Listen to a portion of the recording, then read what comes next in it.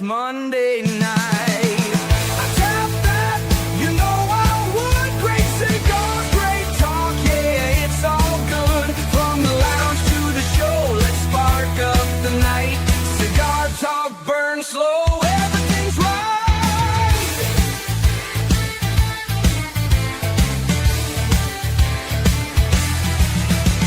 Legends and makers, they stop on by, sharing the secrets, the craft, the why. From the rollers to the blenders, they tell their tales. Pair it up with spirits, let the smoothness sail.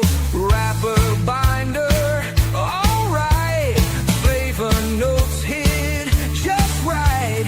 Retro hail, take it slow. Only I tap that cigar show.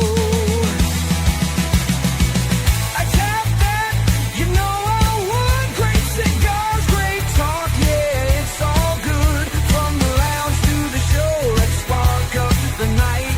Cigar talk, burn slow, everything's right.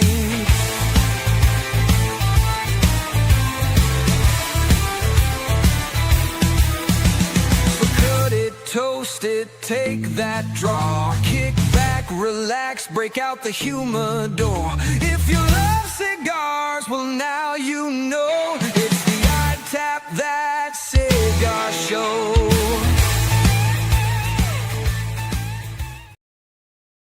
What is going on, everybody? Welcome to the Puff and Ponder podcast, where conversations ignite. I'm your host, Kevin Shahan. Joining me, as always, my co-host, Kerr Viajante. You know, I was tired. I didn't know if I wanted to do this. Man, that theme song started playing, started tapping my foot. Man.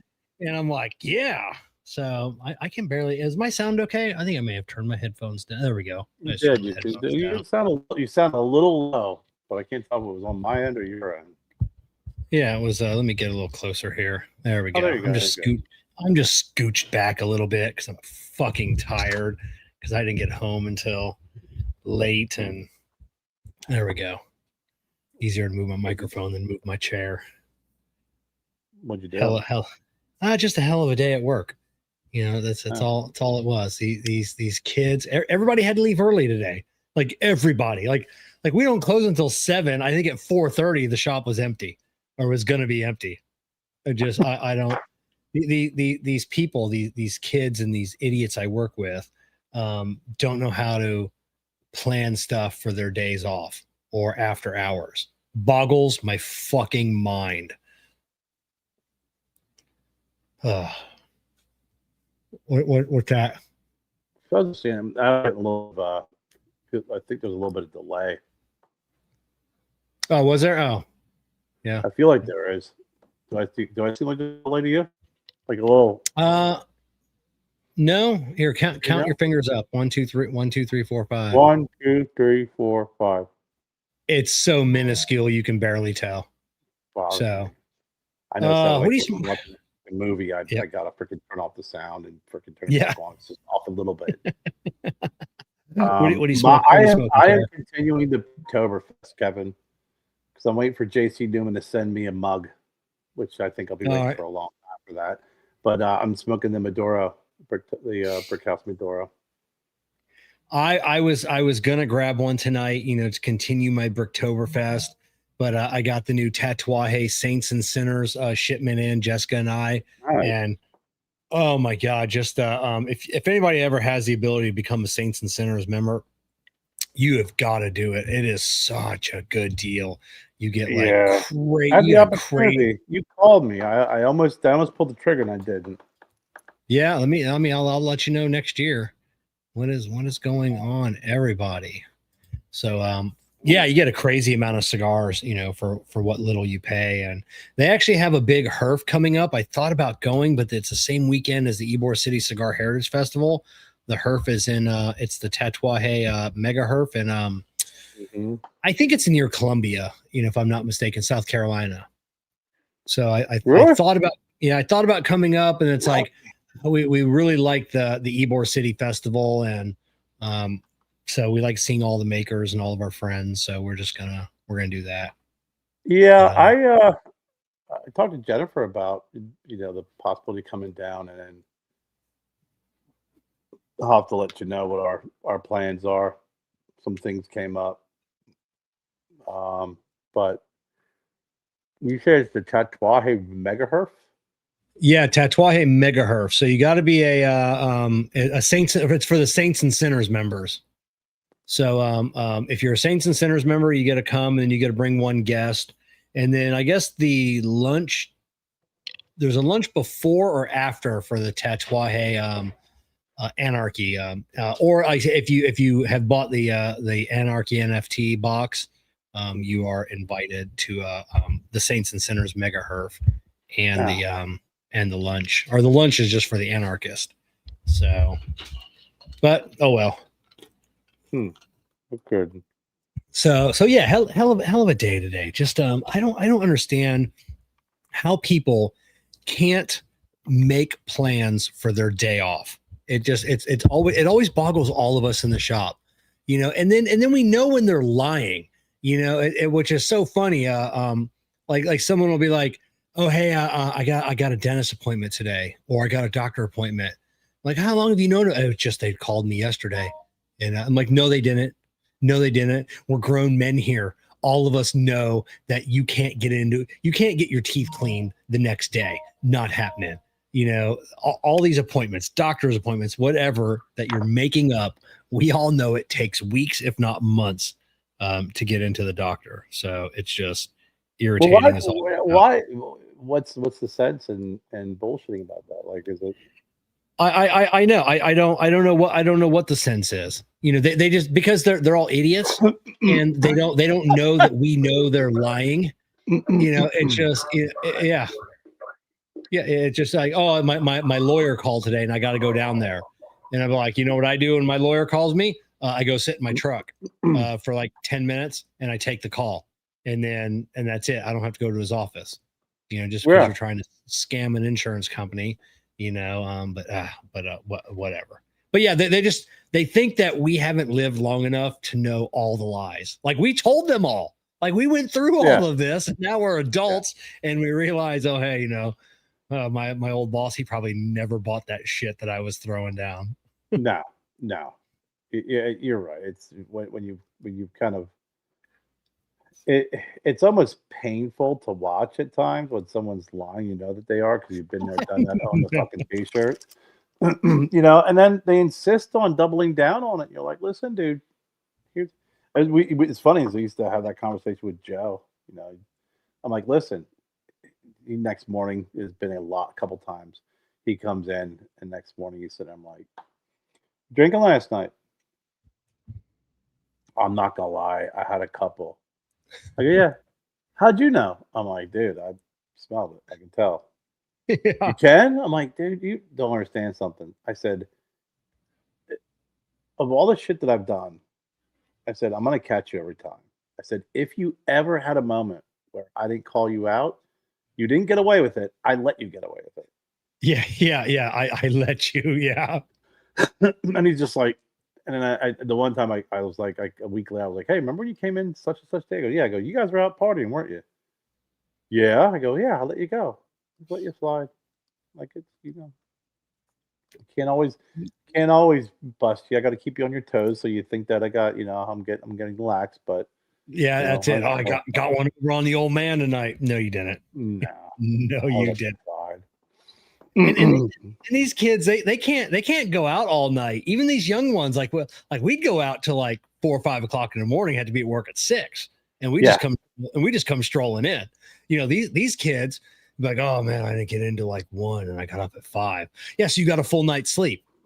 Yeah. Right on. Why are you looking like death? You know, it's they don't know. I don't know. That's fun. It's funny you say that, because that is honestly one of the things that I do have to laugh about, is the need for sleep, and the just completely not getting that component of it, where it's like, listen, you know, I think it was the summer between my junior and senior in college. So I was like 21, maybe something like that. And I worked for a landscaper.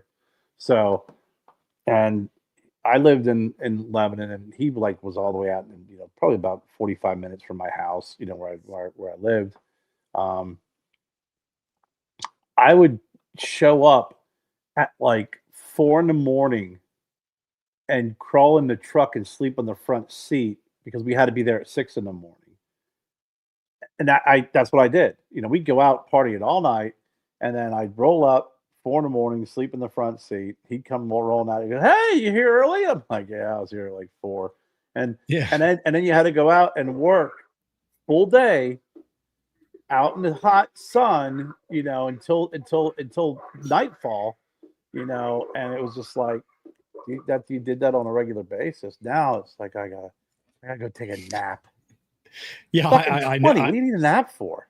Yeah, I get it. I'm 55 and I know you're a napper, but I'm a napper, yeah. if I take a half a dozen of naps a year, I'm lucky. I had a bad nap yesterday. It wasn't a good one. It was Jessica wasn't gonna be home for a while. I laid down like at 3:00, and that was my mistake right there. Like 3:00, 2:30 is the latest you can take a nap. 3:00's pushing it. So I'm like, all right, I'm gonna get like an hour and 20 minutes, hour and 30 minutes, because we're just out all day Sunday. And I woke up like 45 minutes later, and that was too soon. Like my body freaked out. Like I was just I couldn't shake the sleepy off for the rest of the night. My body freaked. When I looked at the clock, I go, motherfucker. Like I can't go back to sleep. How long are your naps?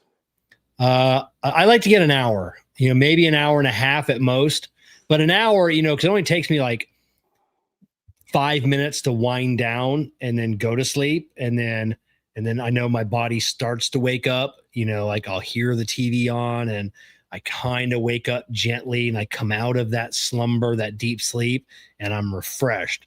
But I was startled out of my deep sleep and not happy. My body freaked.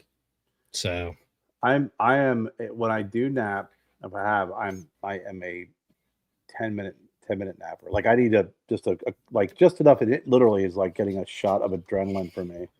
No, that's bad for you because you can't get into REM sleep, and those are the worst types. You need to be able to. Yeah, you do. If you're gonna nap, your body needs to wind down. It needs to go into a deep sleep, and then you need to gently come out of it, and then you're refreshed. But I'm fine. Yeah. Like after 10 minutes, you think you think you're fine. Do an hour and a half, and then you'll know what fine is. No, it's horrible, man. I can't do that. I think the longest like I've taken naps where I'll fall asleep and don't be like, oh, you're out for like 30 minutes. That's like the most. And again, it's only a handful of times. I'll do a 10-minute nap. There's been times where I'm just dragging, and I'll go where I'll sit on a chair and I'll just close my eyes, and like 10 minutes will pass, and I'll get up and I'm like, oh wow, that's exactly what I needed. I just needed enough time to just let whatever's happening pass, doze off a little bit, and then I'm back to normal. Yeah. I'm weird. What can I say? Yeah. Oh, by the way, Kevin, I hope the rankings stay at least where they are now for the last game of the season, because it'll be the bookend bowl. It'll be last game. What are you talking about? It'll be Ohio State ranked number 1. Oh, I didn't even look at the rankings. Versus Michigan ranked 25. So Michigan's back in the top 25. And I will say the joke that I did for Alabama. They are looking up. Yes, they're looking up at the other 24 teams. Yeah. However, I want this to remain the same until the end of the season when Michigan plays Ohio State, because I want Michigan to beat Ohio State being ranked 25th and Ohio State being ranked first place. Yeah, not going to happen. But I don't think anybody can beat Alabama. Alabama's looking so good. Alabama's 6-1. Someone already beat them, Kev. Well, no. I mean, going forward, But I mean, it's going to be Alabama's going to be in the national championship. Like they are playing they got a tough schedule, and they are looking good. Indiana's number 2.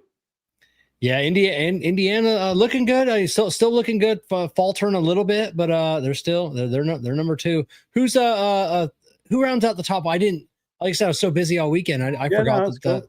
I guess after Florida State exact their revenge on Alabama, they've been on a tear ever since then.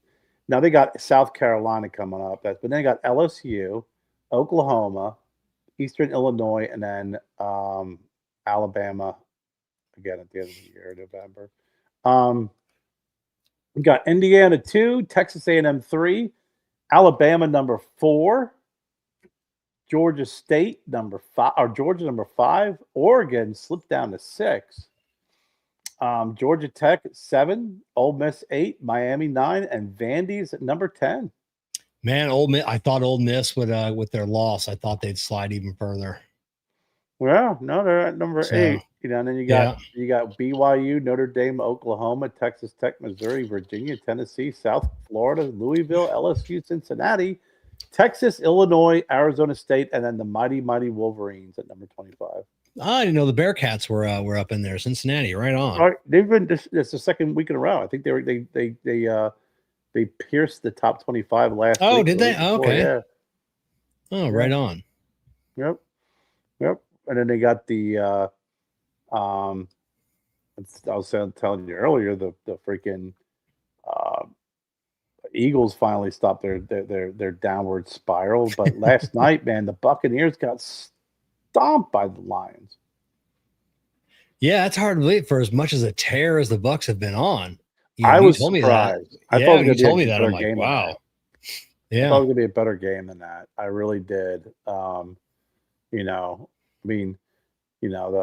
a couple games we were sitting here. My brother-in-law's, we were talking. It's like, hey, the Dolphins are playing the Browns. That's being televised. I'm like, Jesus, fuck, that's terrible. And that's a bad joke.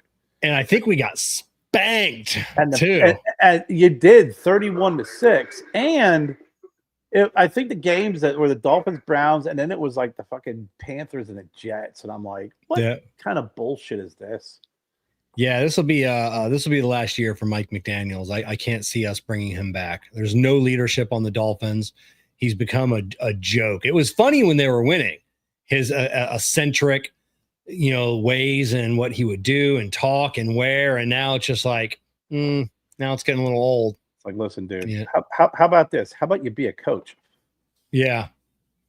Yeah. Okay, we love the whole ball boy to freaking coach story. That's a great story. Yeah. However, you digress back to ball boy. Yeah, that you have. Can you hear that? I do hear. What is that? So I sent you the picture. I found, we got our Mr. Bones. He's about 7 foot tall, 6 foot tall.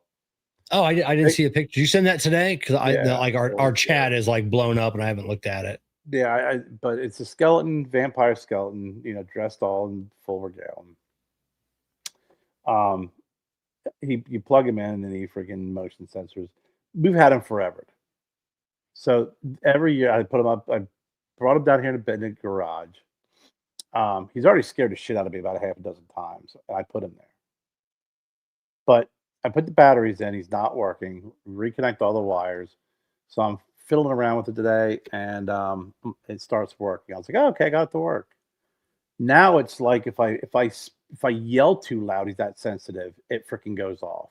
Oh, okay. So now if I talk too loud or if I say something, he starts yammering away. It's because I'm being too loud. But last night, I messaged a buddy of mine came into town.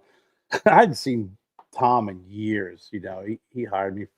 We worked together at a couple of companies, and he was in town. He's working, so we went out for some sushi and got a chance to hang out with him for a bit. When I came home last night, I pulled in the driveway, turned on, open the garage door, walked out behind the back of the vehicle, and I turned the corner and like almost shit myself because there's this 6 foot freaking 6.5 foot freaking figure standing in the drive in the garage door, and I was just like, God damn, I'm gonna give myself a heart attack. I'd probably about a dozen times already. Yeah, that was Jessica about had a heart attack a couple dozen times. We were up at the did a couple of haunted houses this weekend. We were at the J.C. Newman El Reloj factory in Ybor City. We did the haunted factory tour. How was that? That was the best haunted cigar factory tour I've ever been on. How many haunted cigar factory tours have you ever been on, Kevin? I have now been on in one. They did a great job. It was they really did go all out. A little cheesy, but for a cigar factory, it was actually really good. We had a blast. It was fun, and we'll definitely do it again. We love JC Newman. We love going up there. El Reloj, you know, they always say it's, you know, they always tell us it's, you know, consider this your second home. It really is our second home. We love it up there, and they did a really good job. Then we went to Hollow Scream. What was cheesy? Let's take a step back though, because I do want to talk about the Hollow Scream. What was cheesy about it? You know, it was like the story. You know, there was a cigar factory worker, and basically went on a killing spree. But it was like, you know, that's what it should have been with a Chaveta. But it was like the characters in the story that they're showing on this film, they should have been like old characters. Like they were like dressed not new age, but not like in the 1800s like they should have been, except for the factory. So it should have been set in a different time, this story, which would have made a little bit more sense. So what was it set in? I don't know. Almost like maybe the 50s and 60s. And the story kind of made sense. It kind of didn't, but it was still, like I said, it was just, all haunted houses are cheesy, you know. So this one was cheesy. Jessica did get scared a few times, so that was I don't get scared at haunted houses. I never do. Did a Bunchero come out and do a jump scare? Yeah, there were people doing jump scares, you know. So but I'm on guard for that, because that's what you're expecting. Yeah. So like all my senses are heightened. You know, I can see you start seeing shadows. You see a little movement. You know when things are going to happen. I'm, you know, Jessica says I'm the killer of magic, and I really am. Like I just, you know, I don't go in, you know, just with blinders on and expecting to be scared. No. You know, I just go in there knowing, you know, it's almost like a game for me to not get scared, and I never do. Now you enter a room and you're like, okay, here's what's going to happen. You start mapping it out, whereas people are you see. Now there was only one point at Busch Gardens that I was looking around, and it was kind of cool, and then I turned around and there was a guy, you know, one of the characters, like legitly like right here. If he would have said anything or screamed or anything, I'd have probably pissed my pants. But he was just standing there, and that wasn't enough to scare me. Like Jessica, like there were several times, like, you know, she'd turn and someone was there and she'd freak out. That doesn't bother me. I'm like, oh, hey, I'm like, what's up? You know, it just, but yeah, if he'd have said anything, that'd have been my only time of the night. But he didn't. Right. And like I said, he was just right there on his turn. I'm like, hey, what's up? And but yeah, so that was pretty fun. We took Wyatt. We were a little nervous taking Wyatt, you know, to the haunted house. He said he wanted to go. We only went because Gabby wanted to go. I don't like places like, you know, it's all fucking boring for me. But we went because of Gabby. Then Wyatt wanted to go, and then he went through his first haunted house, and then he's like, all right, we go home now. You know, oh, no, we are not. No. I have I rode a train through the Serengeti. That's right. While it was raining. I got soaked. Right. Yeah. Oh so my God. Yeah, we're not going home. We're riding this bitch out to the end. Yeah. You got a couple more there, buddy. Just strap it up. It's gonna be okay. We went on. We did one roller coaster, and he was not doing another roller coaster after that. Neither was Jessica. Jessica's not a roller coaster fan. I'm the idea of a roller coaster fan. When you get me on a roller coaster, though, I'm like, because we're like, well, we did the one, and you're climbing up like straight up, and then you get to the top, and it's only 3 rows of people, like Shikra. And so, and then you're looking down, and then it's like, oh, this is why I hate roller coasters. It's the fear I'm going to fucking die, you know. And then once it's all over, like, oh, it wasn't that bad, you know. As my heart rate climbs up around 200 beats a minute. Oh, really? Yeah, I don't mind roller coasters. I don't care about any of that shit. We've gone to amusement parks. We've Joe was like, wanted to go on the Fury when it first came out up at in Charlotte at Carowinds, and him and my niece, everybody's like, we're gonna go, and they're all like freaking out. I'm like, it's a fucking roller coaster, man. Like, yeah, that's it. It's like you yeah, start yeah, cranking up. It's like, listen, yeah. and Jessica's probably the same way. It's like I've been on the roller coasters at Wildwood. I've been to roller coasters and I've been on rides that come in on the back of trucks that freaking yeah. dudes that you wouldn't even let freaking have a conversation with family member, putting it together at these different freaking fairs and festivals. It's like the professional ones don't scare me anymore because I've literally ridden on rides that probably had a few deaths under its belt. Yeah. The one that we only did that one, and then because most of the rides were closed, some of them you just can't do at night. So they had a few that were open, and one of them was like the drop. You have like the tower, and you sit all the way around it, and then you go up, and then it drops you down. Now the one at Universal Studios is different. Instead of like Busch Gardens, and a lot of them, it takes you up slowly, and then it drops you down super fast.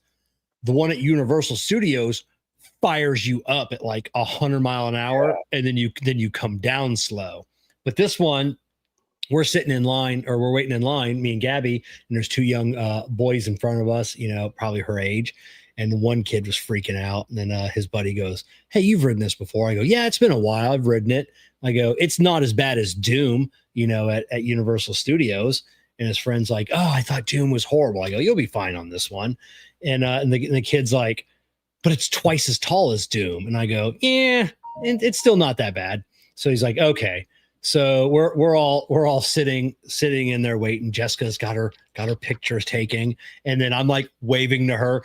Gabby's clutching the thing with this look on her face. I got to put it to the TikTok sound of at this. It was at this moment she knew she fucked up.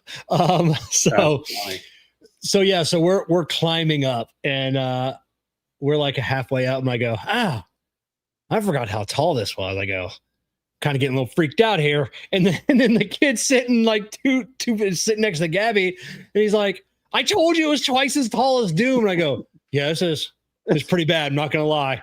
It's pretty fucking tall, bro. And then we get to the top, and then I forgot what happens at the top. You don't just sit there and come down. The seats rotate. So now your whole body is straight, and you're looking straight down at the ground. And then I started screaming, we're all gonna die. And then it rockets us straight as you're staring, because you hover, so all the blood is now rushing to the front of your face. You're staring at the ground hundreds of feet up, knowing that you're about to die. And then we come rocketing down. And then the kid's screaming, I'm screaming. And we get to the ground, and I'm like, oh, hey, it wasn't that bad. And then we just go scampering off. Oh my God, that's funny. Oh my God. Yeah, it was and then we did all the haunted houses. So it wasn't that bad. There were a few of them were a little cheesy. Some of them went all out, and they were really nice. Just not as good as Universal Studios. Studios. But like I was telling Jessica, they do it. It's a movie company. Like they know how. That's what they do for a living. I was gonna say, it's like their haunted, like their props, the characters. It's insane. But you expect that from a company that 100%. Makes movies for a living, but it's packed. But it's packed up there, and it's just a nightmare to get in. Every haunted house is an hour to 2 hour wait. So like at Universal, you got to pick the ones you want to do, because there's just no way to get them all in. At least Busch Gardens, we were able to get all the haunted houses in, a couple of rides, and we were good. Yeah, I consider going up to Carowinds. They do Scarowinds every year. Yeah. And we've never gone, because it's just like, we've done the whole Carowinds trip. It's about an hour 15, hour and a half, but then it's an hour and a half at night, But we A few years ago, it's funny you're saying that. We went to a haunted house in Powdersville around here, and that's like in the sticks. And it was me and Jen and my sister and Joe and my niece Taylor. And it's a real house. It's a real 2-story house. They turned into a haunted house, and it's pretty freaking creepy, just looking at it because it's a real house, Yeah. And we're going through it like you said. It's like we're doing our little I'm leading the way, of course. So something happens where the group behind me it was Joe's behind me, I think, then Taylor, then Jen was, and my sister, then Jen. And for some reason he let go, and I just kept bebopping ahead, and I did one of the steps into the in the room. I'm like, huh, strobe light going. And when I enter the room, this girl comes at me, and she's like double jointed so she can crawl like in the ring. Yeah, She's yeah. like the ring chick. And she comes crawling up, and it looked pretty creepy. It looked like the movie, but I'm like, whatever. She comes up to me, and I'm like, go back and do that again in about 30 seconds, because I knew they were right behind me. So she goes back. I feel Joe run into me. And when he runs into me, she starts running at me, and I just take a step to the side, and she goes running at Joe, and all I hear is, yeah! Like, I thought he shit himself. But like you, I go through these things. I kind of look around. I can find about the majority of the people hiding. Every once in a while, like you said, someone pops out. I'll be like, I'll be startled, but it's nothing that's gonna scare me. Yeah, the best is you're gonna startle me, but nothing to the point where it's gonna be frightening. yeah. There was one haunted house we were going through, and the guy was really well hidden. It was I don't know, it's kind of hard to explain, but there's a mirror there, and he would pop out from behind like this mirror, but it was almost like you could see all the way through, and it was really good. And then Jessica's like, oh, she got scared. And then I go there, and I'm like, this guy's back behind the mirror, and I'm tucking my head in there, and I'm like looking at the marvel of how this was done. Everybody else is getting scared, and this guy's like, the fuck are you doing? But I'm like, I just gotta see how this was done. This is pretty ingenious. Pretty cool. Yeah, pretty fucking cool, man. Yeah. Yeah, I was like the guy in like the checkered room who's dressed in a checkered outfit with the strobe light. Yeah. It comes out of nowhere, and you're like, dude, go back up against the wall. That's like, I didn't see you at all. That's pretty amazing. Yeah.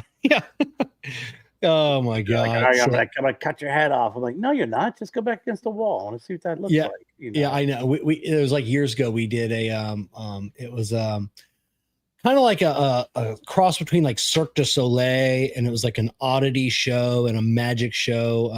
It was like one of those Mr. Megorium's traveling shows or whatnot. We did in Sarasota, huge event, and Jessica hated it because like I told everything that was happening. We just like so we happened to be sitting in the right spot to where the spotlights were coming down. I was able to see what was happening, and then she'd be like, oh, looks so good. And I'm like, well, if you look right behind there, you can see that guy's not really in there. That's like a shadow. Look up there. That projector is projecting it down on there. So he's actually just squatting. It's like, stop ruining it for me. I'm like, I heard that story before. You ruining the magic. But yeah, just ruining the magic. That's just because magic irritates me to no end when I can't figure out what it is. And it's just, I'm like, oh, just, and then like some of the magic shows you see on, like TikTok, and then they like show you how it's done, and I'm like, I feel so much better. It's like it was just two people creep me out: Chris Angel and Copperfield. Yeah, they're two dudes. I'm like, you know what? I think you guys may be like, I think you may be a demon that is sent here to disillusion all of us earthly people to follow you, because what you're doing, it's a little bit more than just the whole sleight in hand. Like I've been following a guy that has been showing people how Copperfield had done a lot of his stunts, and I am disappointed, at that. Who I think is a demon is what's the guy that did all the street magic? David Blaine. David Blaine is a warlock. Yeah, he is. You're right. I forgot about David Blaine. He's fucking he's a creepy motherfucker too. Yeah.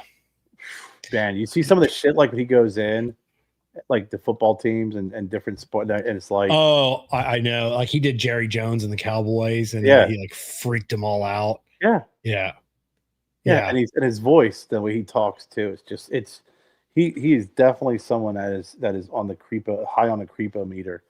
Him and Chris Angel.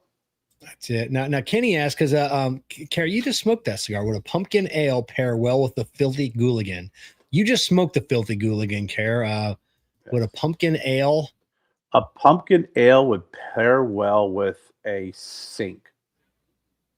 Yeah, because it needs to be poured down the sink. In my opinion. I don't know. Maybe because maybe I'm because not pumpkin spice. Yeah. No. Pumpkin spice beer. No.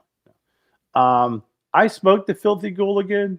It's a decent cigar. I mean, it's pretty good. I think it would probably pair well with it because you don't have too many crazy spices or flavors with the Filthy Gooligan.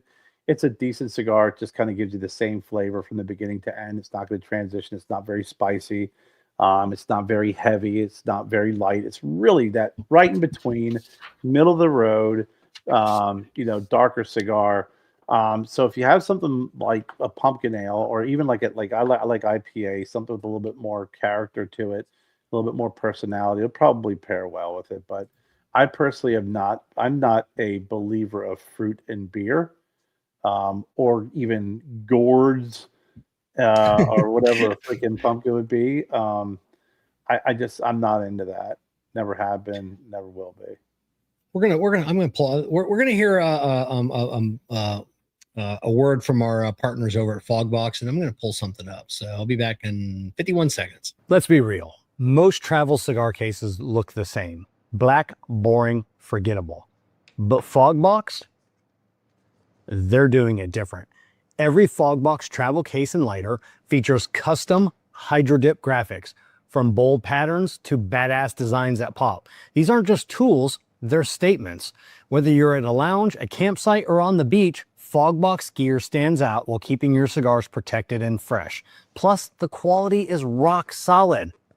Airtight, rugged, and built to handle wherever you take it. If you're still carrying around the same black, plain cigar case everyone else has, it's time for an upgrade. Visit fogbox.com and grab something as unique as your cigar taste. That's fogbox.com. Built to travel, designed to stand out. All right, I'm gonna share my screen here, and we'll go. This is the new. Sign up for our weekly blog. Go to cigarprop.com. Sign up for the week. If you see this one, Cara, Sinistro's The Last Cowboy Ghoul. Yeah. So it looks like a cool, definitely a cool cigar. But yeah, definitely a cool look to it. Yeah, and they got their new 13th anniversary. So super cool. They need to take better pictures though. You can tell that was just on the ground in that shadow. Someone needs to take some better pictures. Yeah, that's Coleman. Yeah, a natural cider that's hard, that got hard also. I've had some decent ciders, but it's like, again, I have to be in the mood, and I don't drink a lot of them. I'll have a cider if it's good, but it's got to be like, you have like the Rolling Rock, the freaking, clear apple cider, which just basically is ridiculous.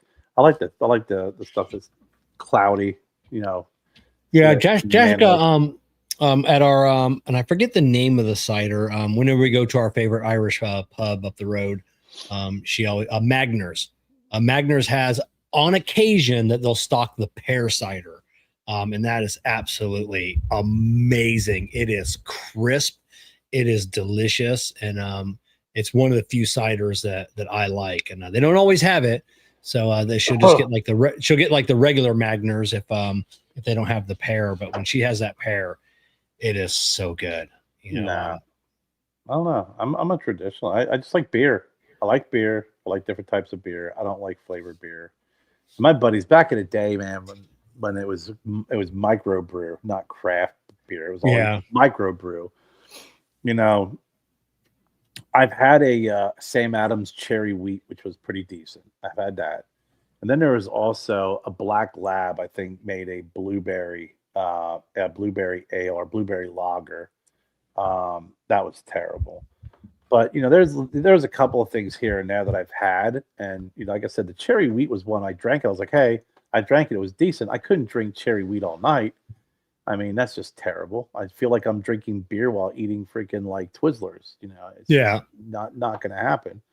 And then my other buddy would always get us oatmeal stouts, and if I got to be in the mood, and that's another beer you can't drink all night. It's an oatmeal stout.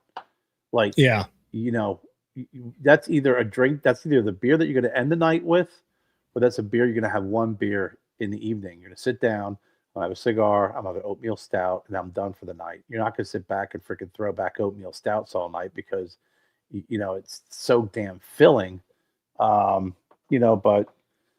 it's the same with me and Guinness. I can have like one Guinness, and then I'm done. Like it's just a very filling beer, and after that, usually I'll just I'll switch back to my Bacardi and Diet. I like Murphy's Irish Red. Is probably my favorite red ale.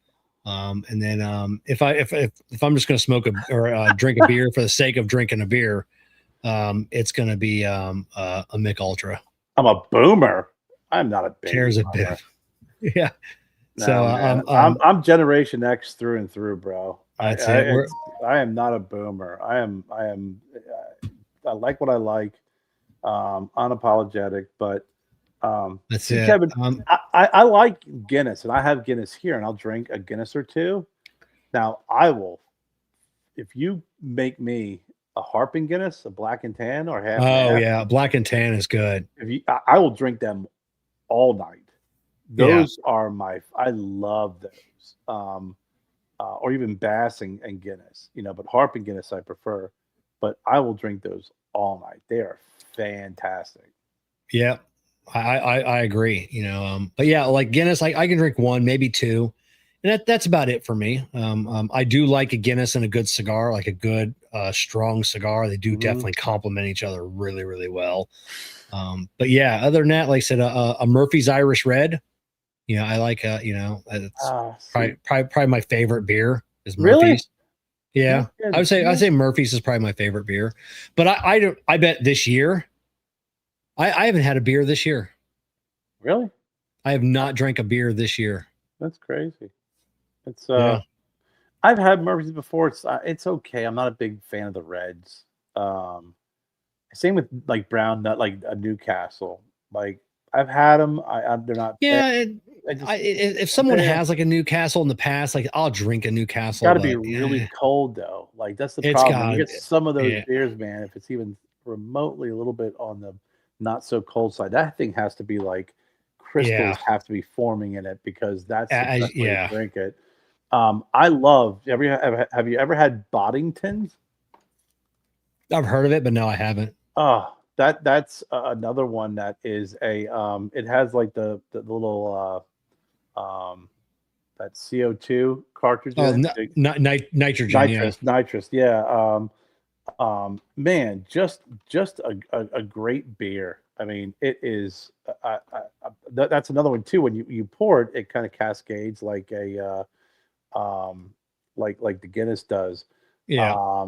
But it is when you see it cascade and you kind of look at it, you think it's going to be a lot stronger than what it is, and it actually isn't. It's a really crisp, lighter beer, but it's got a lot of flavor to it. It's kind of like a deceiving Connecticut, where you think it's going to be very, you're not really prepared for it. It's got a little bit more flavor to it, but it's not that bad. It's actually really good. Yeah, and a lot of people think, and Guinness for me, it's a thick beer, but they always say, oh, it's high in calories.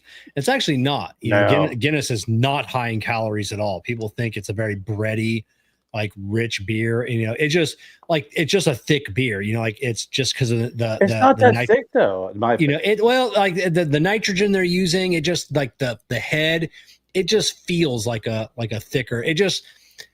It leaves that on your palate. Like it's a palate coating beer, and it just, it just leaves that coating on there. I want to get back to Kenny before I forget.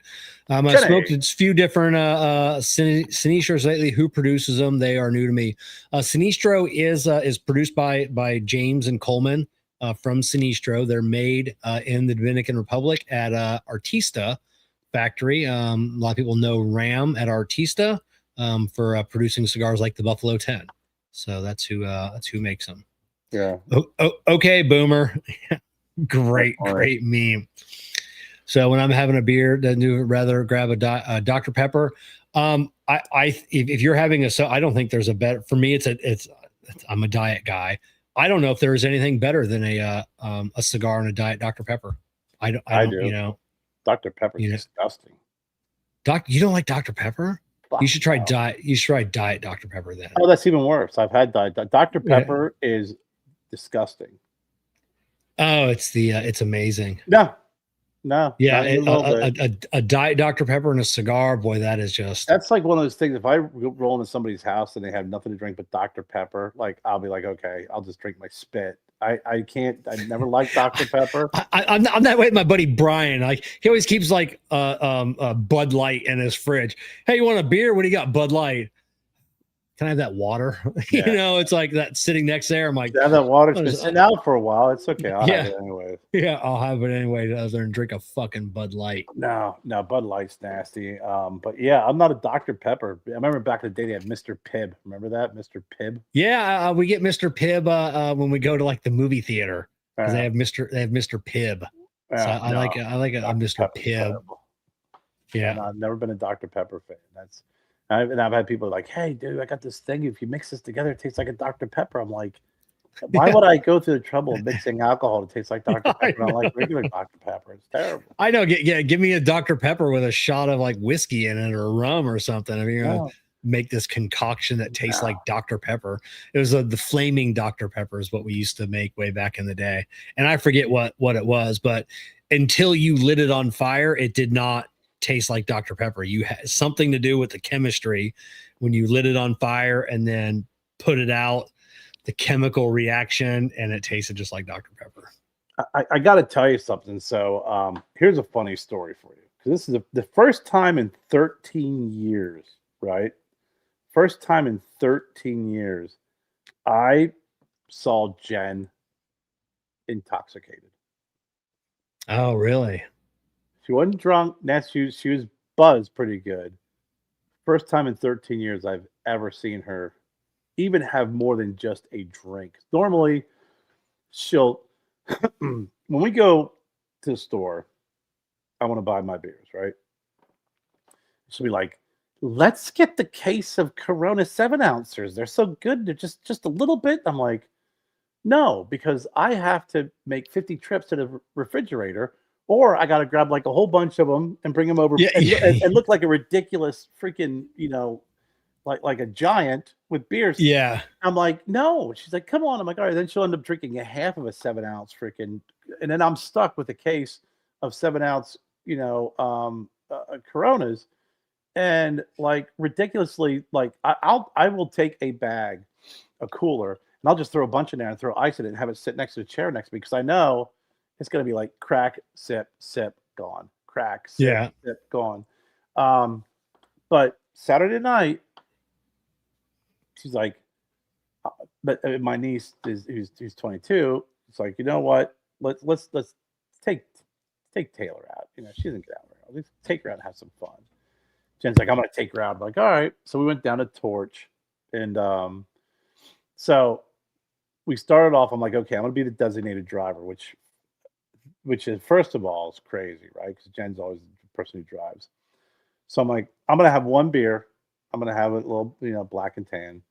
So they started off with a Scooby snack shot, and I tasted a little bit. It tasted like, basically, anytime you take coconut rum and put it in a drink, it automatically going to taste like I'm drinking, freaking suntan lotion, right? Yeah. So they had that, and then afterwards, I'm like, you guys might want to consider a mind eraser. So they did a mind eraser. Then they did a kamikaze. Then they asked me. My niece is like, you pick a drink. I'm like, you really don't want me to pick anything because I'm a dick, right? And Yeah. I avoided tequila, but I ordered them what we used to call back in the day a screaming Nazi. And that is half Rumpelmann's, half Jägermeister. So they had that. Then they had a green tea, which has all this whatever stuff in it, and then a cookie dough whiskey. But then I got him something for Halloween, and the girl, the bartender, didn't make it properly. But have you ever heard of a shot called a brain hemorrhage? No. So we used to this was years ago. God Almighty, my buddy Matt Day, rest in peace. His older brother Jimmy made them. You take peachtree schnapps, right? Peach schnapps. Yeah. And then you take grenadine, Hold on. cold grenadine. Okay. And a cold grenadine sinks to the bottom, right? And then you take Bailey's cream and you put a spoon over it, like you do like when you're doing a half, and you just let it pour it. And when the Bailey's hits the drink, it curdles and it looks like a brain floating over top of blood. Oh, we should call it something else. I know what you're talking about. Yeah. So they had that, and then they had a mixed drink, and Jen had a good buzz going.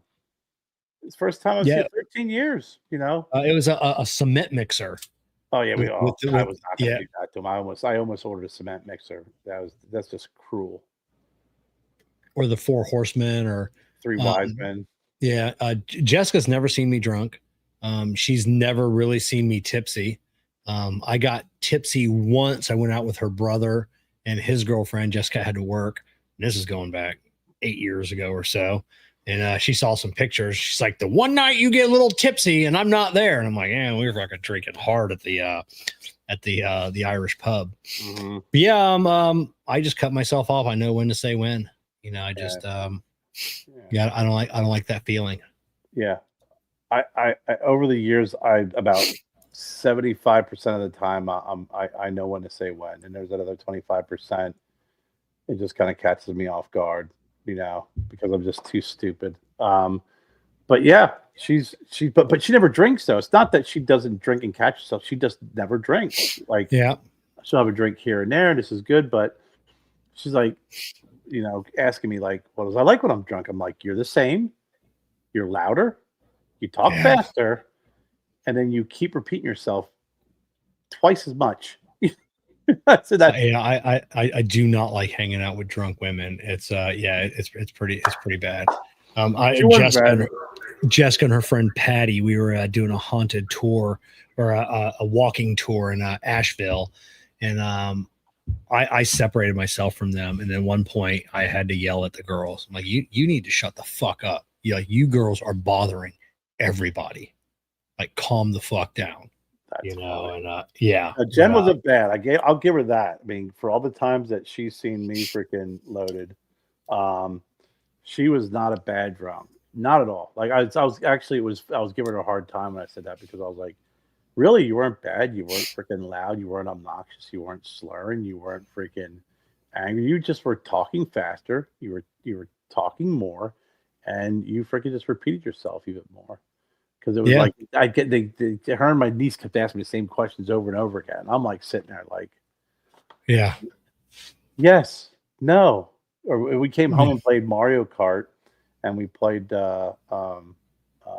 Mario, whatever the one Mario Party, and it was us three, and then you had to have the computer play, and the computer was Yoshi, and it was like every time the turn would come around, and there's 10 fucking turns.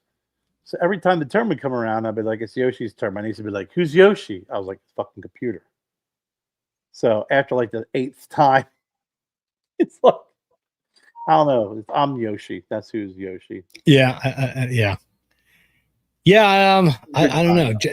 Jessica hasn't been tipsy in a hot minute. So yeah, it's but I'm the type of drink. I mean, and I only have just one a day, you know, my Bacardian diet, you know, 2 ounces of light, 2 ounces of dark, and a can of Coke, you know, Diet Coke. But yeah, but I can drink anytime. I can wake up at 5 o'clock in the morning and just have a drink. I don't care. Mm-hmm. Like, some people are like, but I'm the same way with cigars. Like, some people, I got friends like dedicated cigar smokers. Like, they can't smoke in the morning. Like it's afternoon only. And I'm like, No. I wake up at 5 o'clock. But that goes back to my golfing days. You'd get on the golf course at 6 a.m. with your buddies and you crack open a beer and a cigar. And then you just start drinking first thing in the morning. Fuck it, who cares? Yeah. That's ask is like, what's the best thing for a hangover? Is it orange juice? Is it, seltzer water? Is it this? I'm like, for me, but not anymore. But when I was younger, the best thing in the morning after drinking the night before is an ice cold lager out of the bottle. Yeah. Don't stop drinking. You won't have a hangover. When it starts, when you start coming down, you start, your body's going through withdrawals is what it basically is. It's a mini detox, especially if you had a lot to drink. If you freaking meet that downward spiral to make it a little bit of a steady state and then you ease it down, it's a hell of a lot better. It just is, For me, it was always sugar right before I went to bed. It was like either Kool-Aid, orange juice, whatever it was, like pound of sugar. I had to have a ton of sugar in me before I went to bed, and I never woke up with a hangover. Yeah, no, it's we were talking about that the other morning. I was like, yeah, if I wake up with hangups, I don't walk around and complain about it. You just freaking deal with it. You suffer through it if it's that bad, But I've always been the guy who gets the I call it the hand grenade hangover. So I'll wake up in the morning. I'm like, I'm fine. Oh, that was really weird. We were out pretty late and we were partying. I feel good. And then around 2:00, it's like, whoa. It's like it just fucking hits you. Like it always hits me later. Yeah, those days. Oh God, those are a long, long ways behind me. It's even at our advanced age, it can still be done. But back in the day, it was done with great frequency and consistency. Oh yeah, it was every fucking day. Some days you're drinking every day. You get off work, go over to a buddy's house, you just drink until it's time to go home. Go to work the next day. You start that shit all over again. Because my buddy Brian, he still one of my closest friends, lives here in town. And he was the first one. I was the first one to buy my house, but I had a wife and kid super early. So Brian was, probably 19 or so when he bought his first house. He had a pool table in his house. Still pretty young. Yeah, always full of beer, booze, whatever you wanted, and it was just every fucking night. You just went over there and just partied and drank and had a good time. And he had terrazzo flooring, so it was all concrete throughout the house. Wet t-shirt contest in his living room. Girls making out half naked on the pool table, and it was just, and that's just the way it went for years. I didn't go that crazy. I just we just get together and drink in a garage, or back when we were younger. The big thing was road trip. You just get in a car and just drive. And that's what you did. You just drove around because you'd find certain areas where we live where you knew that there wasn't a lot of cops, or there were no cops. And you just drove the back roads and drank. That's it. You always had your one buddy who was a really good drinker, good drinker and driver. They didn't drink too much. But the rest of us, we just hung out. We road tripped a lot. I still can't believe this to this day, knock on wood, thank God, that there's no DUIs or accidents during that period of time. It's brutal. And I really stopped drinking. I got pulled over once in my buddy's like basically in his front yard is where my vehicle ended up. And I blew twice over the limit.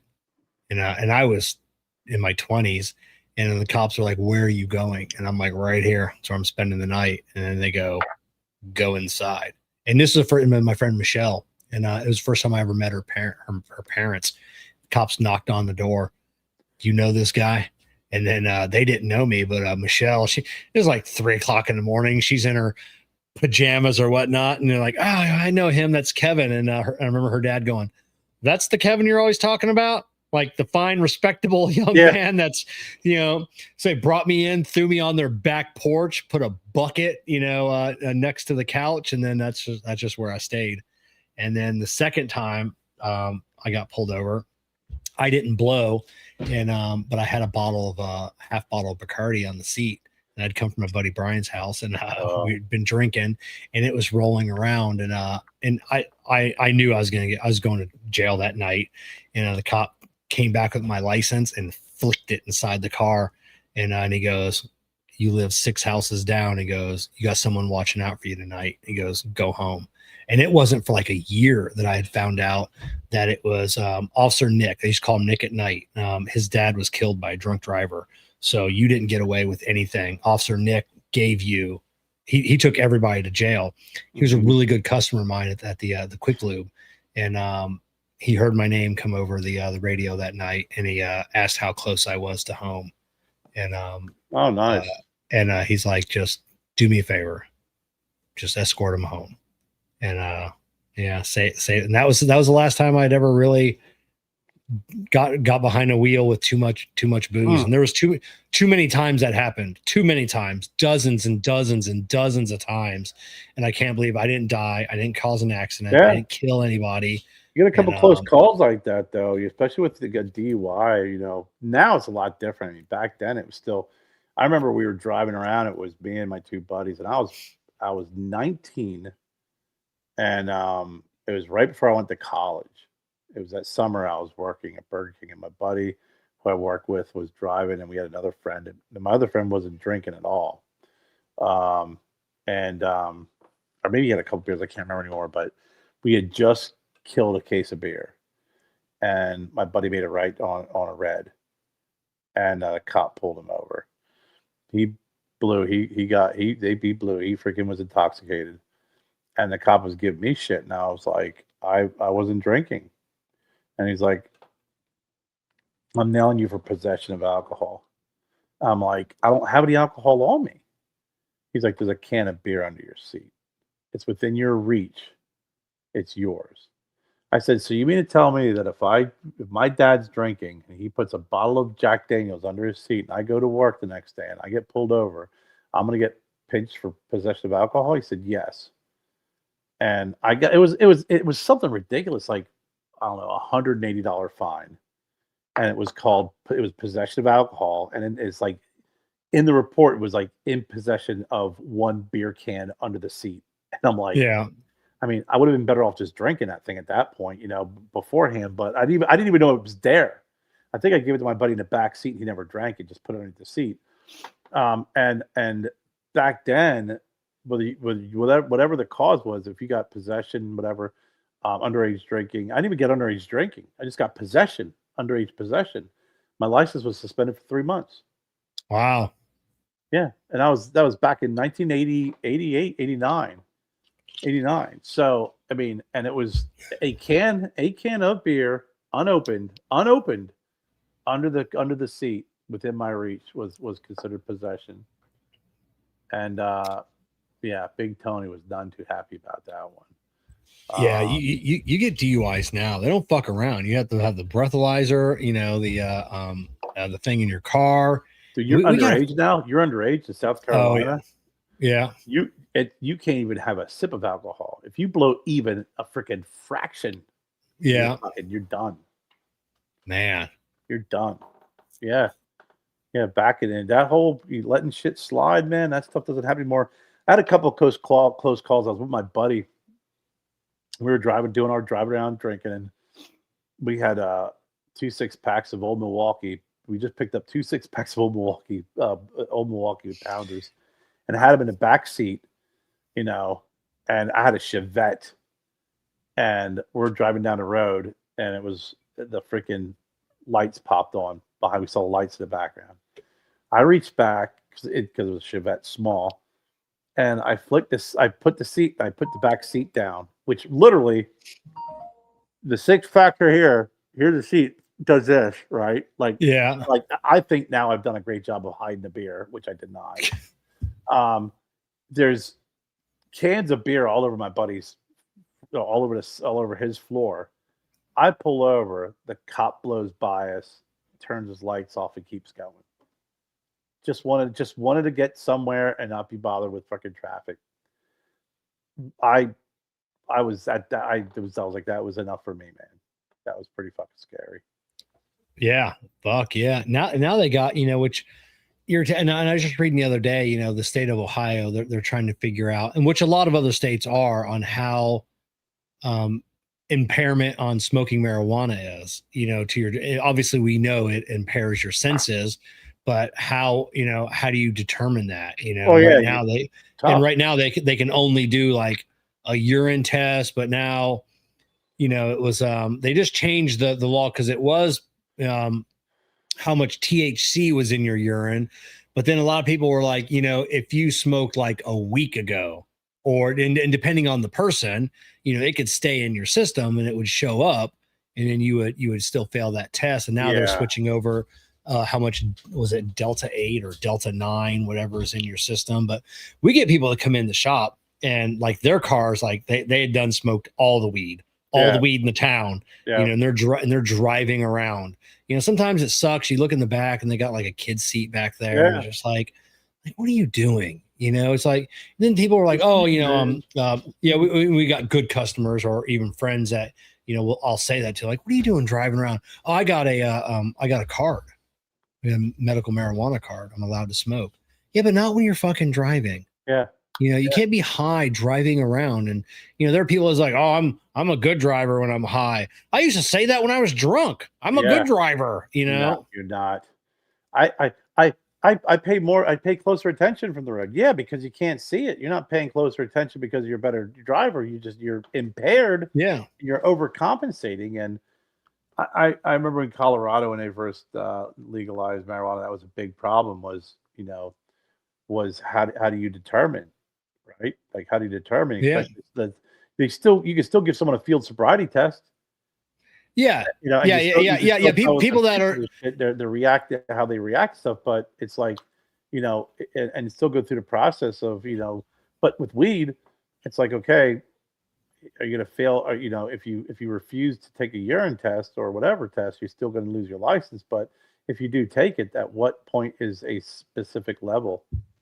yeah, exactly. A lot of states have DWI, just driving while impaired. Mm-hmm. So that could be, you could be lack of sleep, and they'll get you for driving while impaired, because you'll still fail a field test, Right. whether you're sleepy, whether whether you're high.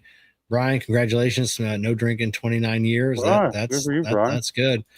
Same thing on the highway, like you'll get it in your car and you're like, oh, which car in front of me is smoking there? They got swab tests in Ohio. It's the same, it's like the same thing. Like when you get hurt at a job, they'll do a swab test, but it only shows that there's, marijuana in your system. That's what the big thing with Ohio right now. It's like, how much is, considered impaired. And then there's still, on the new Delta 9 thing, like they're still not in agreement on how much is impaired, because some people, and we all know those people that handle their marijuana way better than others.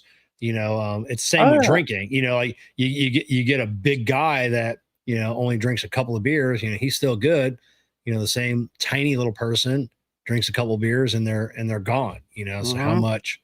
So that's they're still trying to figure that out, and I don't know. I think eventually they'll come across some cohesive system to use throughout the country to figure out. It's tough, especially with the different. They're decriminalizing and legalizing, but then it becomes tougher because it's not as simple as blowing in a freaking a breathalyzer.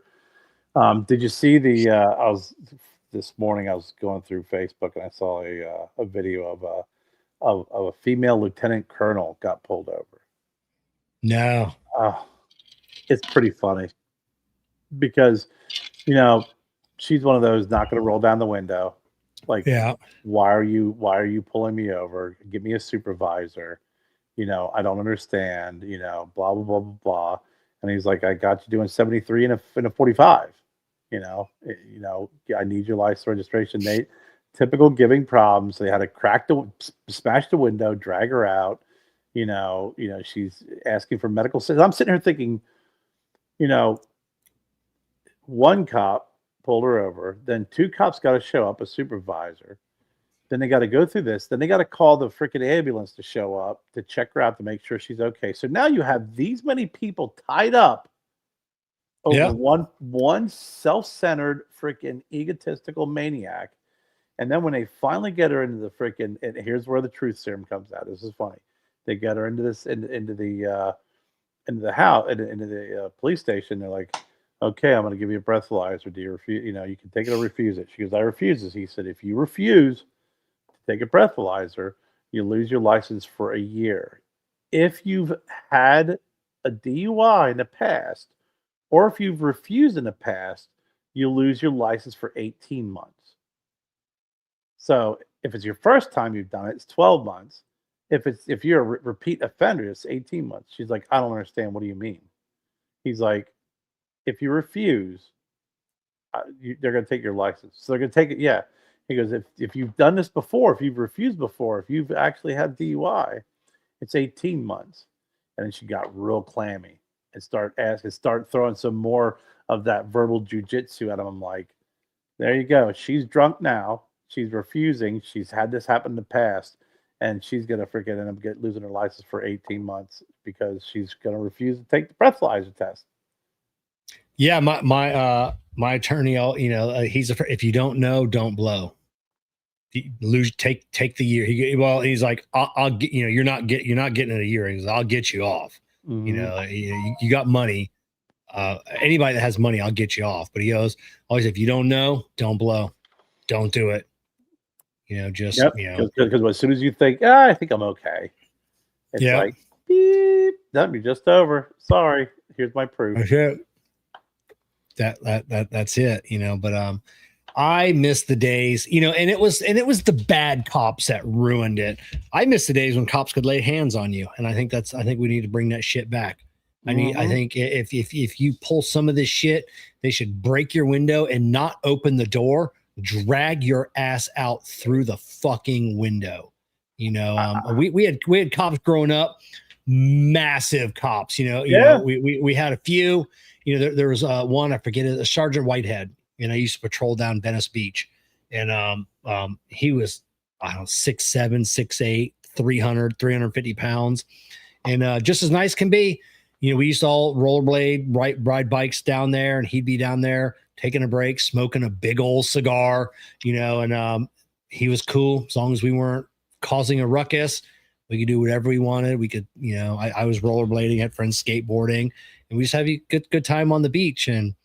But if you weren't fucking around, he'd yoke you up. He'd just grab you by the back of the shirt and just scare you. You definitely got scared, scared straight, or at least like you said, you get jerked around a bit. I was actually coming back from dropping my nephew off at the school this morning. I pulled down. There was a car pulled over. Two cops, pulled him in, and they're pulled in the parking lot. Cops patting down the guy while the guy's on the phone. And the cops patting him down. And I'm just sitting there thinking, you know what, man? No, that shouldn't be allowed. I could tell you, even back in the day, it's a little bit different, now, but I've been detained a lot. I've been detained several times, by the, even when you're younger, been detained, and had some talking tos, nothing arrested, but anytime I've had a cop act like an asshole to me or even get physical, I can honestly say 100% it was warranted because I was being a jerk. Oh yeah. 20-year-old, couple beers in you, decided you're going to run your mouth to a cop. Well, next thing you know, you're face down in the freaking cement.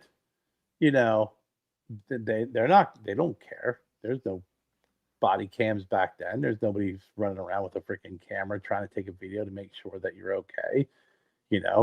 Face to the ground, they freaking cuff you super hard. They don't freaking do the little lock on the cuffs back then. Yeah. They freaking get them right in that spot right here. And then they detain you for a little bit. And then they get like, are you going to stop being an asshole? Yes, sir. Okay. Well, here's what I need from you. I have a question for you. Blah, blah, blah. Okay, great. That's all you needed to do. You didn't need to get all mouthy with me. They unfucking locked the cuffs. They said, "I'll get going, dude. Just Yeah. stop being an idiot and don't get in trouble."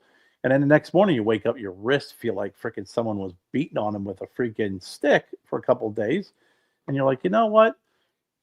I was being an obnoxious jerk. The cop just freaking, there's a couple times when, you run from the cops and, th- they don't want to freaking arrest you if you were like hanging out at a party drinking. They don't want to arrest you, but if you make them chase, you make them chase you, you're gonna pay for it, And then at that point, they're not even gonna arrest you. They're just like, listen, I got to vent my frustrations over chasing your dumbass. You got roughed up a little bit. Sorry you took a freaking header into freaking in the fence. Oopsie, my bad. Are you good? Okay, great. Have a great night. We'll see you later.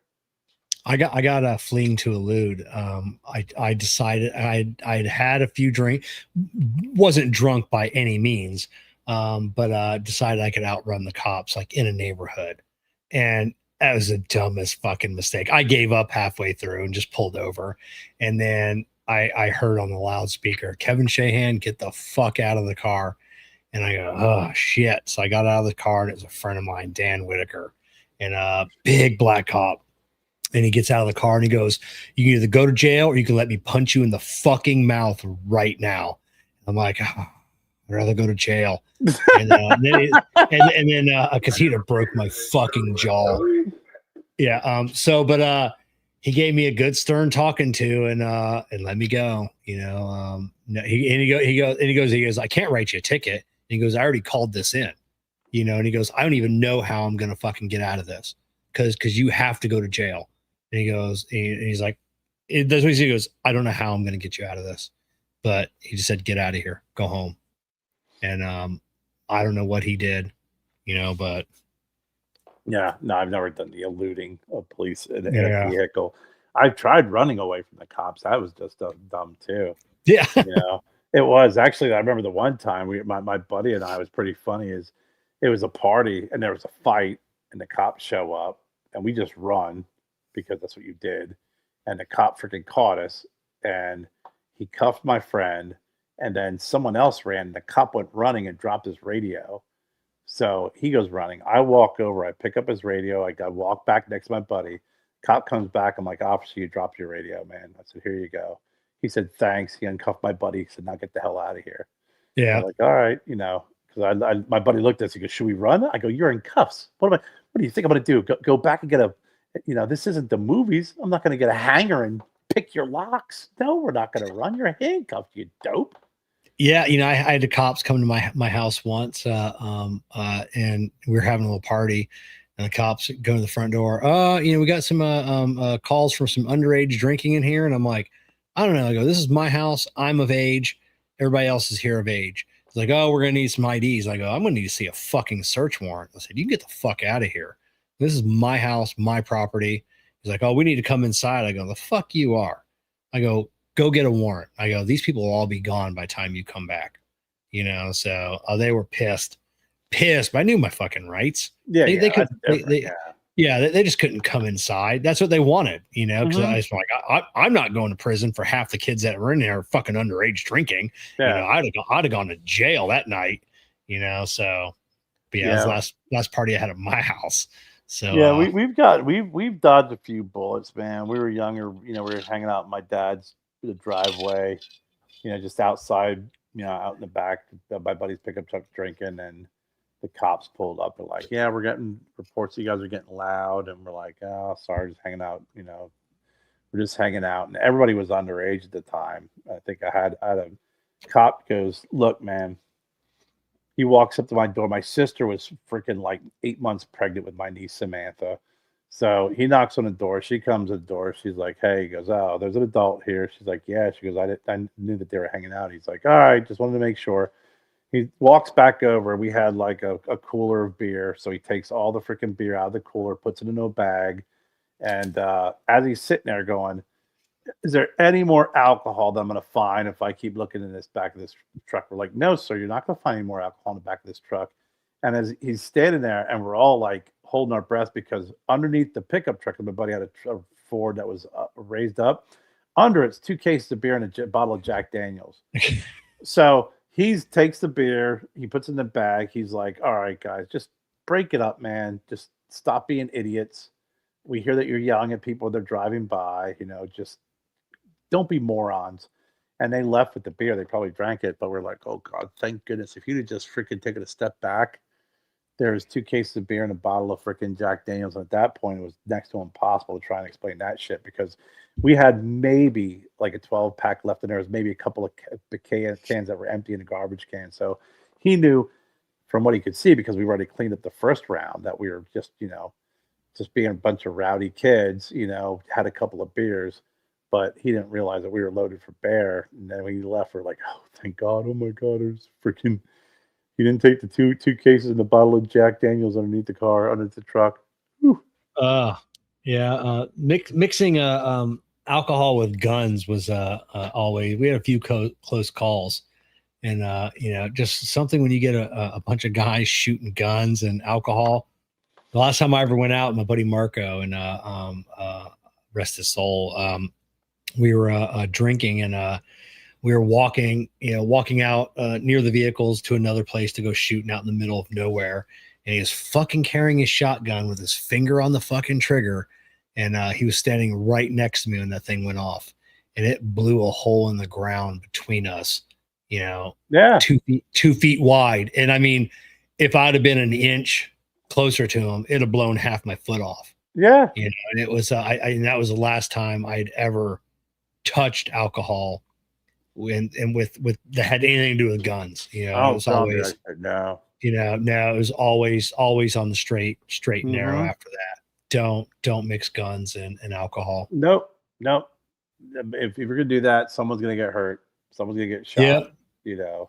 Yeah. We my buddy Juan, back when I was in Pennsylvania, we used to go up to his house, and he owned 5 acres of land, and it was backed up against Pennsylvania State game land. So there was no one building back there. We'd sit there and smoke cigars and just drink beer and watch TV on his back deck. He had a really, really nice piece of property and a real nice outside deck. And one night we were loaded. He's from Colombia, the country of Colombia. He came here at 18 with like $20 in his pocket. Took advantage. He legal citizenship. Took advantage of the system where he was able to go to school for free. Went, got his MBA, got his master's degree. Fucking brilliant dude, very handy. We're sitting there, we're freaking half died. He goes, "Do you know I got coyote problems?" I'm like, "Really?" He goes, "Yeah, the motherfuckers, they dig up. I can't let my dogs out at night. Let's go coyote hunting." I'm like, "You really think it's a good idea?" He goes, "They come out at night. I got a flashlight. It'll be okay." So he grabbed his freaking gun, the flashlight, and we go walking in. And we probably get about 30 feet into the woods. And he looks at me, I look at him, and I go, "Juan, I think it's a good idea." He's like, "Probably not." Turned around and walked back, sat back on the deck, kept drinking our beer. But he was determined to shoot a coyote, to realize that once you get up, you get moving, you got a gun in your hand and you're freaking loaded. It was not a good idea. Both a gun and you are both loaded. Nothing good's going to become of this. One of the two of us are going to be a coyote. Yeah, we used to go shooting in my buddy Marco. He was kind of the Anarchist Cookbook was his favorite book. So he'd make all kinds of fucking explosives, and we'd shoot at old refrigerators or whatever. And then one time he brought out a propane tank, like a little small one for your barbecue grill. And it wasn't far enough away, and we shot it, and it blew up, and it was like, oh, big fireball. It was kind of cool. And we were shooting at some other stuff, and then because we were all kind of lined up, and then we had to go back to the car to reload and get more ammo and everything else and some targets. And me and Marco turned around, and stuck in the tree behind us was half that propane tank. And I go, "Did you see that fly towards us?" And he goes, "No, I did not." And they were like this could have been a horror. I mean, it could have just decapitated both or one of us. It was in the tree behind us, and we never fucking saw it come at us. And it was freaky. Yeah. Yeah. Firearms, alcohol, and fire too. We were we went when we were in college. A bunch of us went to my buddy. His family owned a dry dock in Maryland, and they owned a couple houses. They had some money, but super nicest people you ever want to meet. And we go we go out to this farm, and he's got a real nice, big cabin.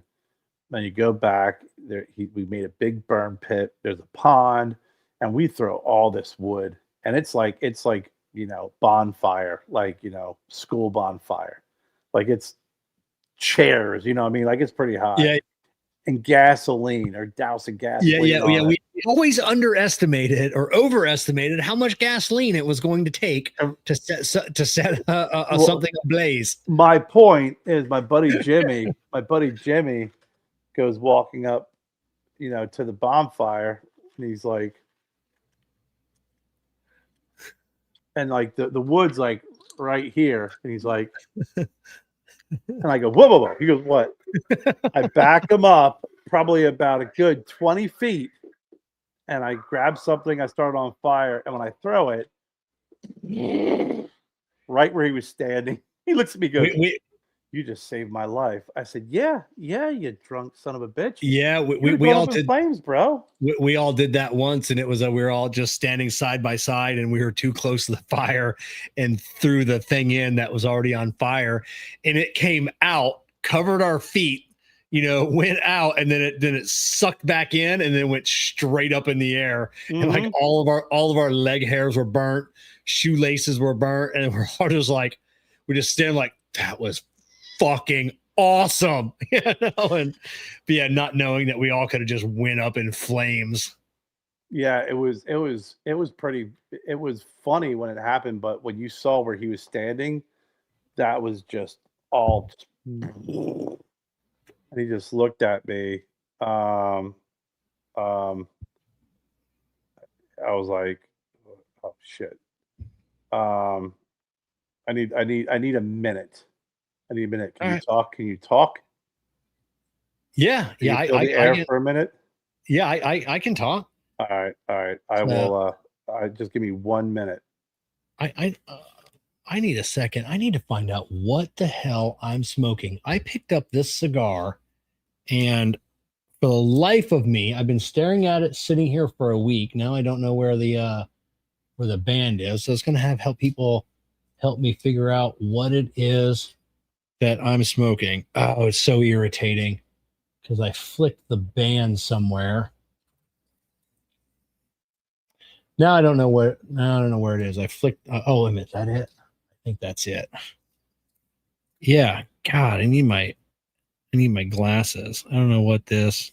Yeah, it's too small. Yeah.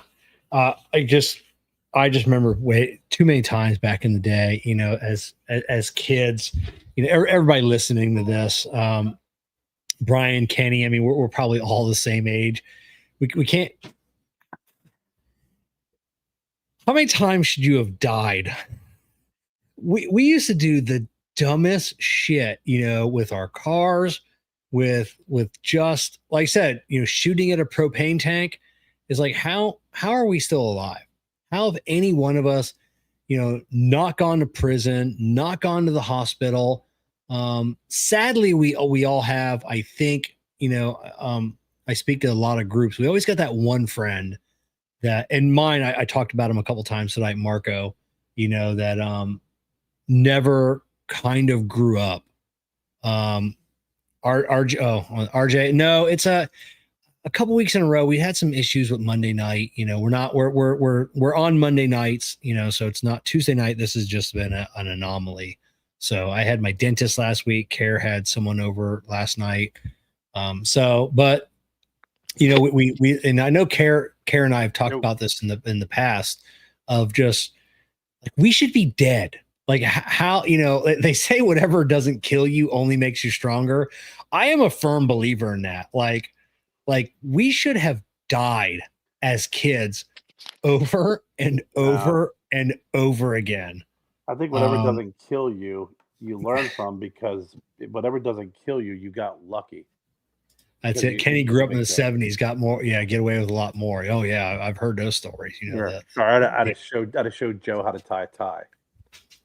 Oh, okay. Yeah, he's got an interview tomorrow. So, and speaking of Joe, Ashes to Africa, everybody go to Ashes to Africa on Facebook. Our son Joseph, not mine and Kevin's son, our son Joseph is going to Africa in January, so we are raising money to help him continue his education. And he's got an interview tomorrow for an internship, so he needed to show me I had to show him how to tie his tie. Then I showed him. I said, "Did you slip it just a little bit? You take it off your head. Now you have a tie now, but you should know how to tie a tie." The only good thing about, well, many great things about a beard, because I look amazing. I haven't had to tie a proper tie. I don't even know if I know how anymore. I just half-ass it, and I just kind of loosely tuck it, and it's underneath my beard. Nobody can see it. It's not all tight against my neck like a tie. I'm like, I love it. That's great. So.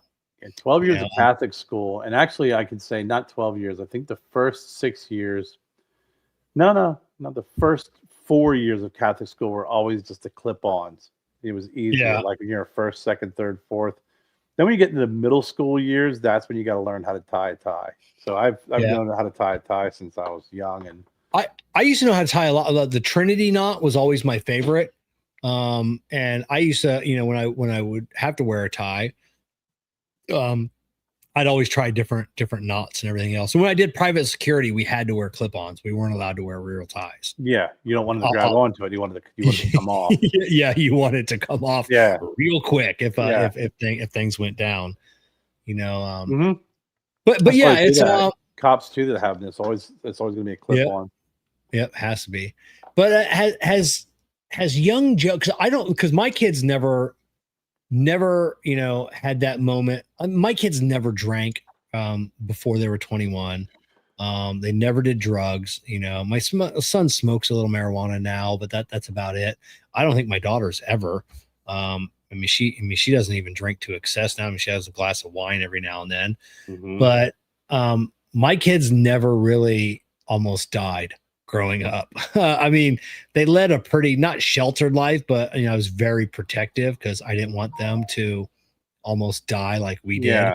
Yeah. Every single weekend. Like there wasn't from age, I would say 16 to like 24, 25. Yeah. Like there wasn't a weekend that went by that we almost didn't die doing something that we shouldn't have been fucking doing. Yeah. No, I think no.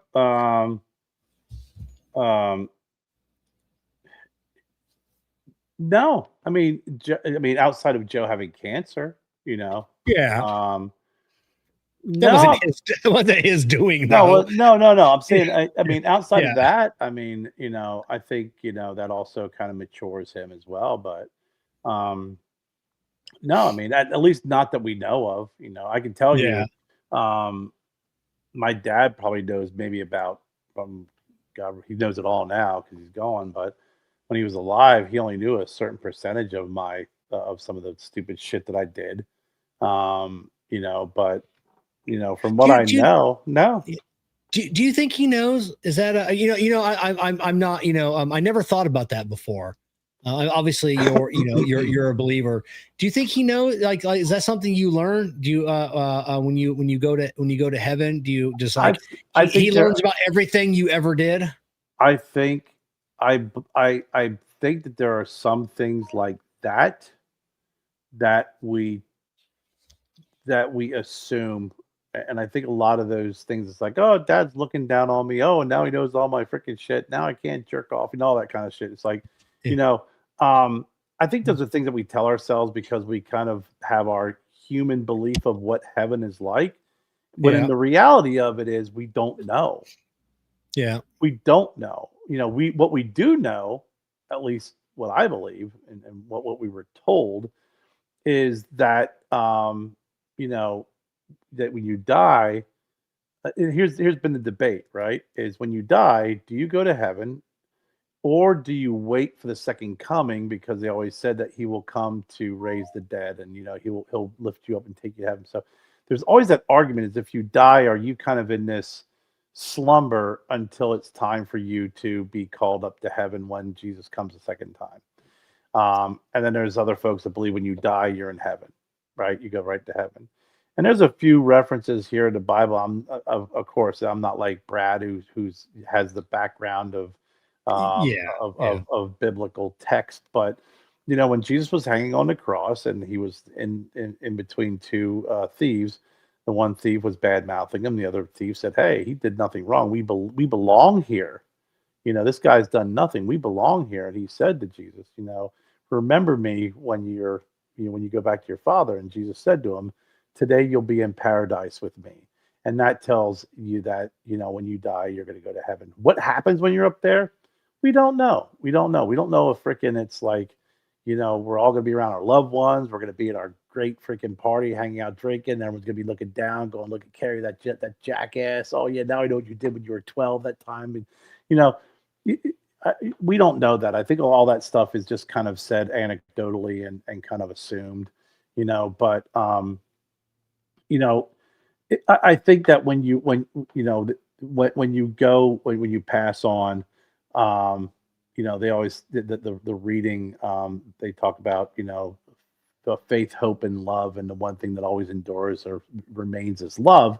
It's because when you die, there is no more. There isn't a need for faith anymore, because now now everything is revealed. You don't need faith and belief. You know everything. But love is always there, because that is the essence of God and Jesus's love, and that's the essence down here on earth. So, long way to answer your question. I don't know. I just say it anecdotally, just kind of like to joke around, or But I still talk to my dad, every day, and I'd like to think he's listening. I'd like to think he's there. There's some things that happen that you think could be discounted or counted as coincidence.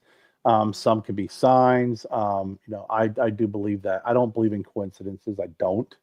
There are some things that are a little bit coincidental. I understand that part, but there are some things that most things I don't believe are coincidences.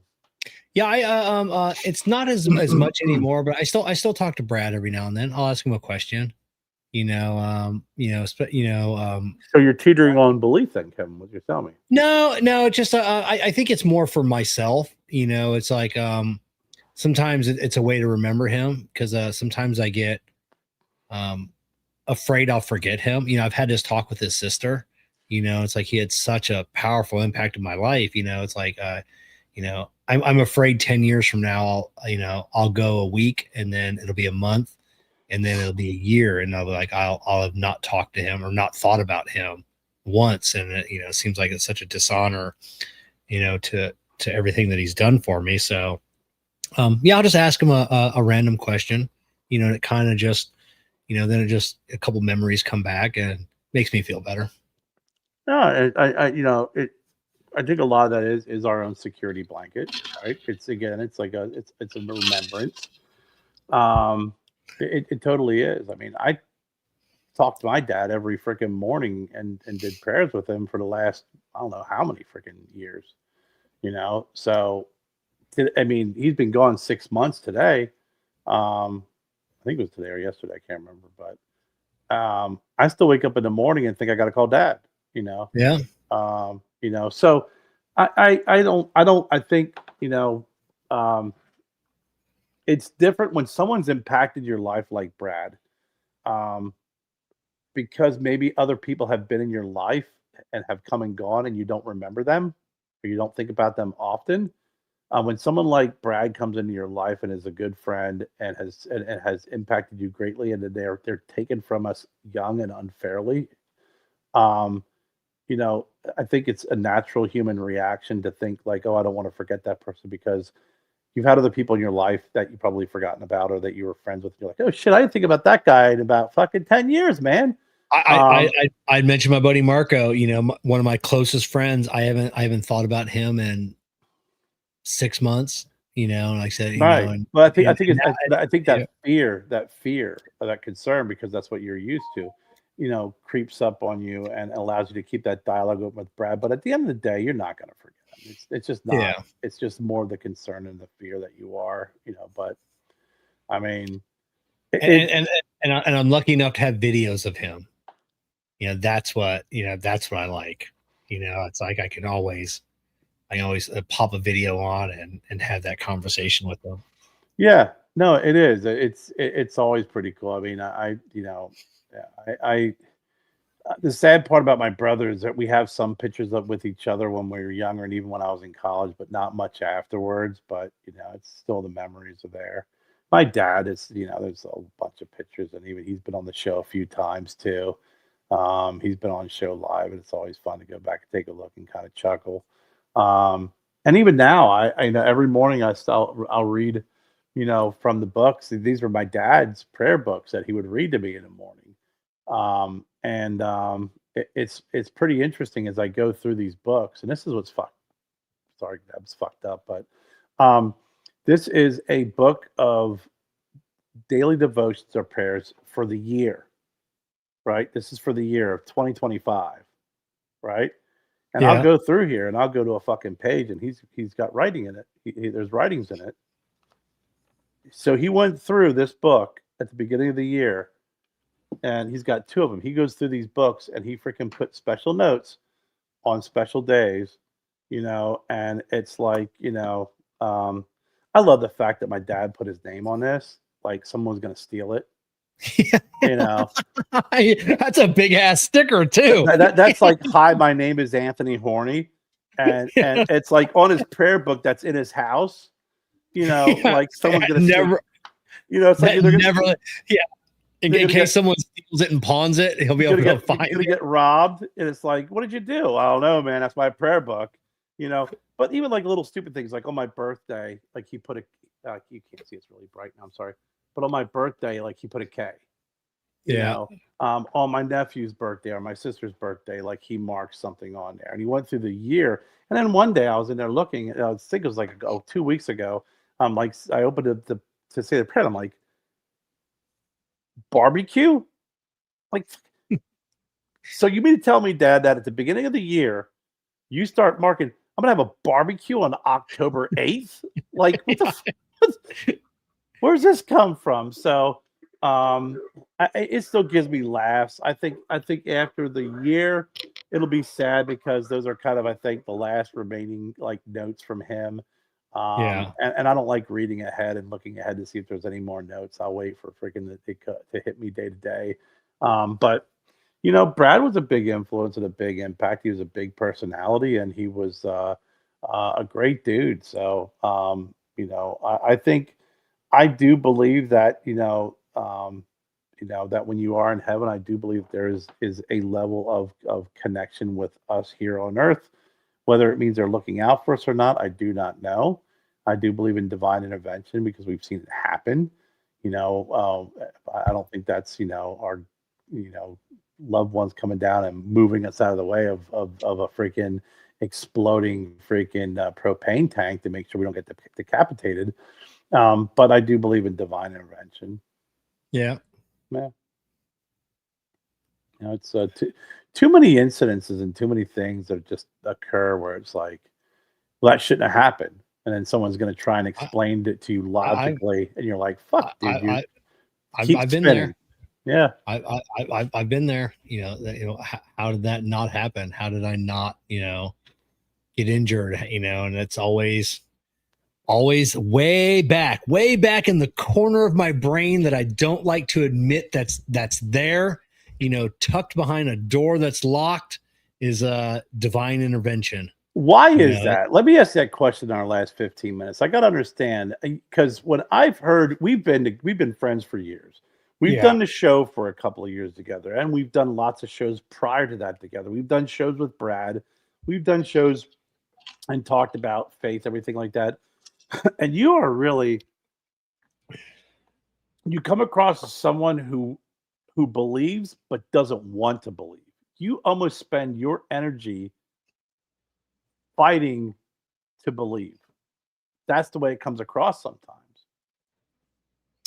I feel like I'm smarter than that to be arrogant. I mean, that's just the way it is. I feel like I'm too smart to believe that there's actually something out there. You know, I believe science has an explanation for everything.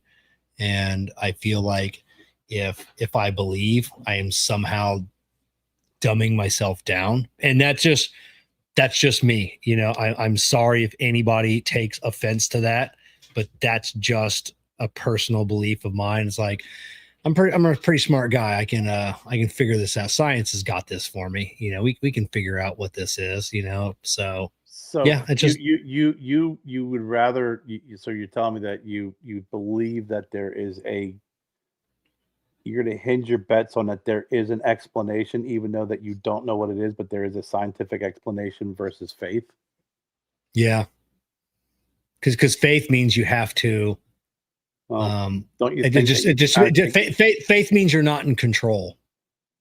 No, it doesn't mean you're not in control. It means that you believe in something without necessarily seeing it, but you believe in it. You have faith in it. And I think if you think that there is a scientific, logical explanation to something and you may not know it, that's a whole hell of a lot more fucking faith than believing that freaking there is someone or there's something that's a higher power. Yeah, I think for me, having faith means that everything is preordained and you don't have free will. You know, like nothing that you're doing is of any of your doing, and it's all, no matter what you do, you're preordained to end up a certain way. And you know, I have tattooed on the back of my leg, you know, and I forget the whole poem, but the last few lines are, "I'm a master of my fate, I am a captain of my soul." I used to remember the whole poem, but that's what I like to believe. I am the master of my fate, I am the captain of my soul. Nothing is preordained. Everything I do is of my own free will and volition. And I don't know. So your fear, your concern is that you think that faith is takes control out of your hands. Yes. Well, I mean, is it just because of that poem? Like, what is it? It's like, I don't want to feel like that. Like I don't have, control over what's going to happen in my life. You know, I think that the decisions I make, you know, are my decisions based on whatever it is, you know, my knowledge, lack of knowledge, if you will. You know, I don't want to believe that I'm a puppet and there are puppet strings guiding me through life, and no matter what, no matter what I do, it's all going to end up at the same outcome, no matter what happens. And I don't like that. Well, it's not necessarily faith. I think that's not really the definition of faith. I think you can still have free will and have faith. Yes, in my brain, though. You can still in my brain, you can't. Well, you can't, see, that's fucking hilarious. In my brain, to me, it's like Joni says. To me, that's my truth. The term I hate. Your truth? That's my truth. Fuck that's you. my truth, Kerr. Well, that's what I'm saying. I mean, you can still have faith, right? And you can still have free will. You can still have faith in, again, like we talk about Brad. You can still have faith that there is a God. You can still have a faith that, if you are a Christian, that Jesus Christ is the Lord and Savior. If you're in Islam, Judaism, whatever case may be, you can still have faith in your belief in that religion, but you still have free will. You still make decisions. And you have the ability of making decisions, which is what God gave us as free will. You can still make decisions, wrong or right. And I also think that and again, I think, in my opinion, I think when we have free will, we make these decisions. And when we have faith guides us. And sometimes as faith is guiding us, we don't make the right decisions. But faith will always bring us back, if God willing, always kind of brings us back to the center of making the decisions we're supposed to be making based off that faith. You're not making decisions because you think that there's some preordained, freaking, I know that no matter what happens, I'm if I decide to walk outside and freaking jump off the freaking cliff, that was already preordained or preconceived. No, That's a decision. That's the free will that we have.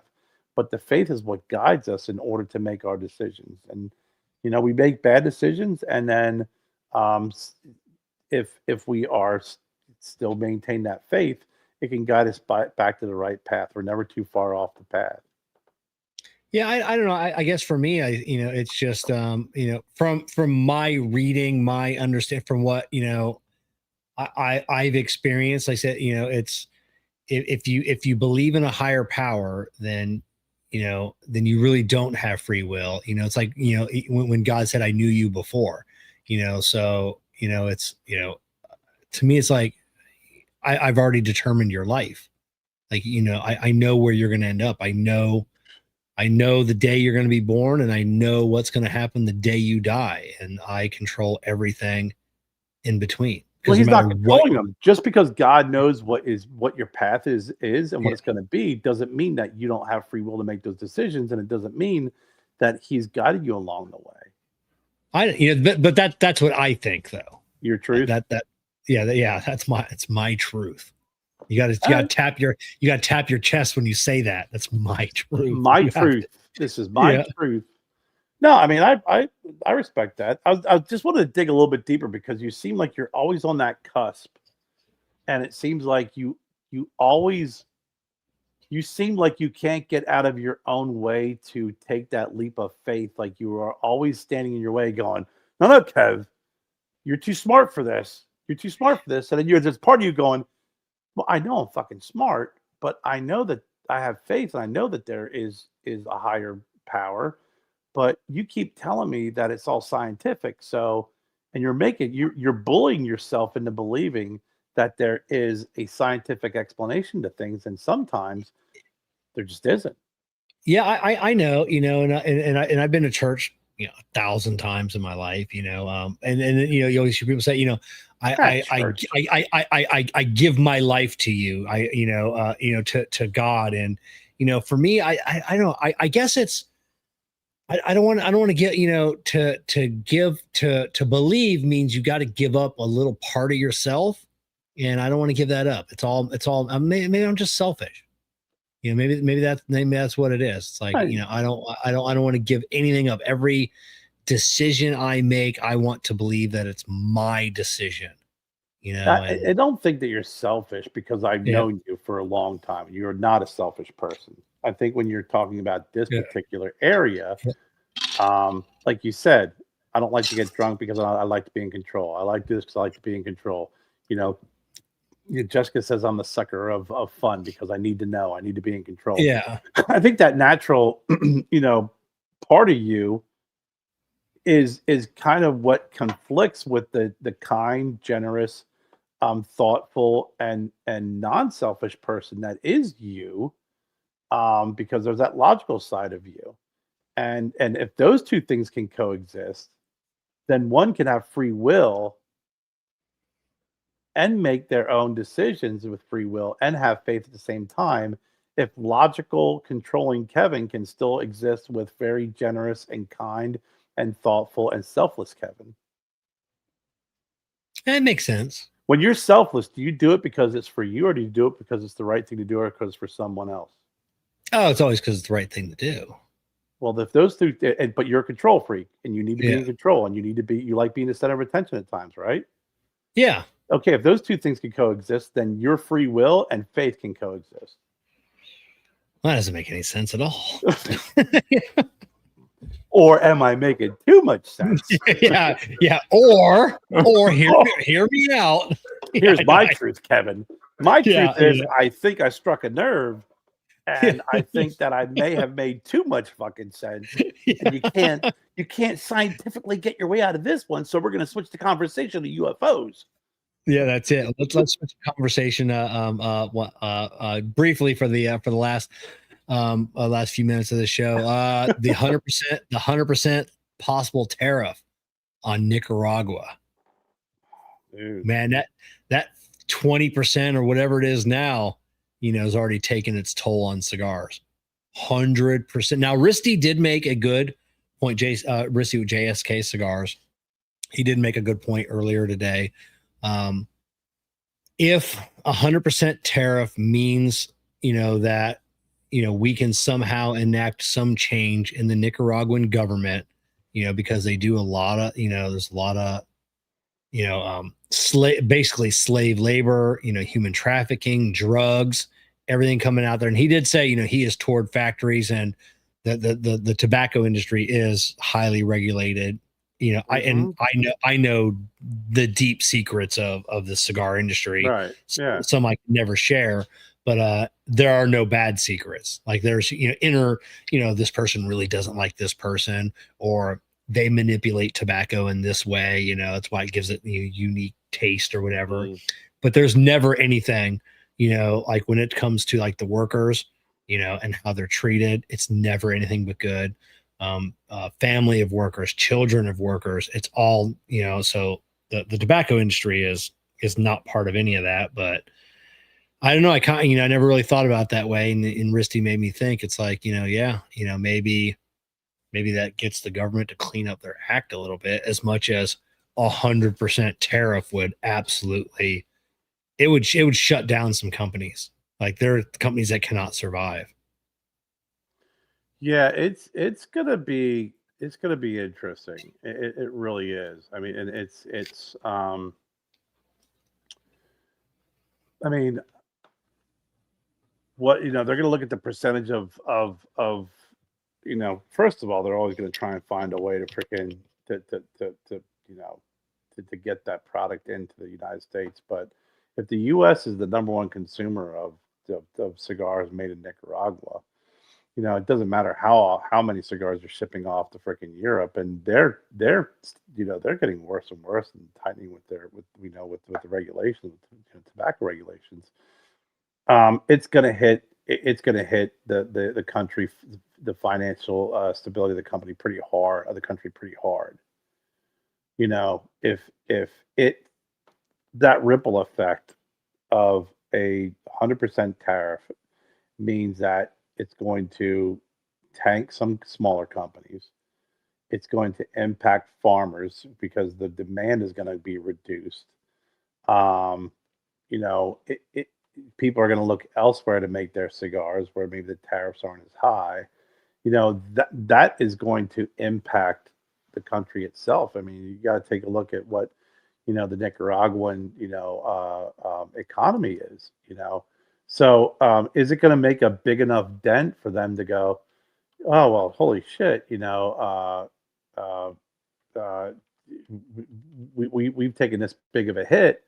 Do we need to change things, or is it not going to hit them? I mean, I mean, how much of the Nicaraguan economy, I'm trying to look it up right now, is in tobacco? Yeah. The only thing I think it would do, potentially is possibly have an uprising with the people and kick out, the I forget the president's name, and just, a potential coup. It's like, hey, this is, if it's a large part of the economy. It's a significant contributor to the economy, driven by the export of premium cigars and the growth of their domestic cigarettes. But most of the premium cigars is projected to generate $264 million in revenue. Yeah, and there are people that are trying to convince the government to carve out an exemption for cigars. And I think there are people that are in the government that are going to look at the numbers you just looked at and be like, hey, if the significant portion of their economy is tobacco, by creating 100% tariff on everything else, it's not going to affect them at all. Right. But if we don't exempt cigars, that's going to affect them quite a bit. So there's I don't think there's going to be a carve out for tobacco at all. No, I don't think so either. I mean, if you look at it objectively on the intent of the tariffs and get the cigar maker, the cigar industry, the cigar consumer out of it, by carving out tobacco, what you're doing is you're defeating the purpose of the tariff. Yeah, that's what I was going to say. Yeah, you might as well not put a tariff on at all. Right. And if you're looking at, the reasons why the tariffs are in place and what it's supposed to be doing and the impact it's going to have, then you got to be like, well, fuck, this is going to kill me here. And but you know, it can really create a state of hypocrisy. You know, Yeah. we see it all the time. It's good for thee, but not for me. Yeah. Yeah, I'm a stone cold, red blooded freaking Republican. I'm a conservative, and Trump's the best president in the world. Oh man, that's bullshit that you're putting freaking tariffs in. Hold on for a second here. You were cool with everything else, but now it hits your pocketbook. Yeah. It's no different than some of the other folks, on the Democratic side that freaking want X, Y, Z to be done, but then they freaking, remember when Obamacare first came out, when they started talking about it, it was like, well, everyone's has to take it, or at least, opt it. It has to be opted. Well, what about, federal employees? That's like, oh, no, we got our own insurance. It's like, hold Yeah. on for a second here, man. We're on a deserted island and a boat's being built, and they're like, okay, y'all got to get on that boat. What about you guys? Oh, no, we got our own boat over here. We're cool over Yeah. here. No, that doesn't fucking fly. So it does have the potential of creating that state of hypocrisy, and understandably so. I mean, it be impacting, Nicaragua made cigars. Our cigars are made in Nicaragua, and it does take small companies like me. You got to take a step back. Go, shit. What does this mean? Well, it's something that could definitely remove all these smaller makers like myself and a bunch of other folks, and even some of the mid, the smaller than mid-size, boutique companies. So, but what is the intent of the tariffs, and is it going to really make an impact and influence? Well, it sounds like their freaking economy is heavily reliant on tobacco revenue. I'm wondering how much of that tobacco, export goes to the U.S. The Yeah. U.S. is the leading purchaser of Nicaraguan cigars. Yeah. So I mean, knock on. new buyers in Europe and Latin America, but realistically, the U.S. has always been the driver. Yeah, I'm lucky. We have ours made in the Dominican Republic. Our Right. new one, our 10th anniversary, is being made in Honduras. Luckily, knock on wood that we're gonna be safe. But I don't find that any comfort in that. Just like, hey, you're still gonna get my cigars, at a good rate. But yeah, you don't want to see any of that. Because there's gonna be too many good companies, too many companies that are struggling as it is, and then it'll just wipe them out. Because there's no way a small boutique company that selling cigars for $9 to $10, 100% tariff, is nobody's going to buy that cigar. I mean, how do you justify potentially well, it will double your cigars, if not more than that, by the time you keystone it and everything else. A $10 cigar can Oh, go God. to $22 real fucking quick. But I mean, it's taking a cigar like that, and in states like Pennsylvania, where there are no taxes, or Florida, no tax, or even South Carolina, with 6% tax, it now puts that price what normally would be the price if you bought them in New York, California, maybe a little bit more. Yeah. It takes New York and California out of the freaking picture. Yeah. Oh yeah. Out of the picture. I mean, they already have 78%, or whatever, Yeah. 70% tobacco tax. Now you're looking at 170% with adding the tariffs. Forget about it. It's absurd. Honduras and Honduras and Dominican Republic are 10% tariff, so it's 10% increase on the cigars that are made in those countries. That's something, again, that's something that you could pass along. That cost probably not going to freaking influence people too greatly on not buying your cigars if you increase it by 10%. The cost of the cigar. It's not going to be a deal breaker for a lot of folks, but that 100% is definitely one that is going to be crippling. Yeah. Yeah. Our latest batch from Sinistro, Dominican Republic, I think the tariffs added, it was like 12 cents, per cigar. So it was like, whatever. I don't even think about that. Who cares? Yeah. I mean, I'll just absorb that. I don't, I don't care. But I'm also not having to keystone it either. By the time, and you're also making but small batches. I mean, if you're talking Yeah. about someone who brings in, $1 million of cigars, and you're talking about, that 10% increase. I mean, now you're looking at saying, okay, you just, increased, you're now, it's now, instead of paying X amount when it comes in, now it's like I need an extra $100,000. Yeah, Because no, of the I tariff. don't know. Like Fuente, if he imports 2 million cigars, at 50, I don't know what 2 million times 15 cents is, but that's probably a lot of fucking money, and it's at just an extra, That's an extra $300,000. I'm saying if you brought in $1 million cigars, $1 million worth of cigars, just $1 million worth of cigars, that's an extra $100,000.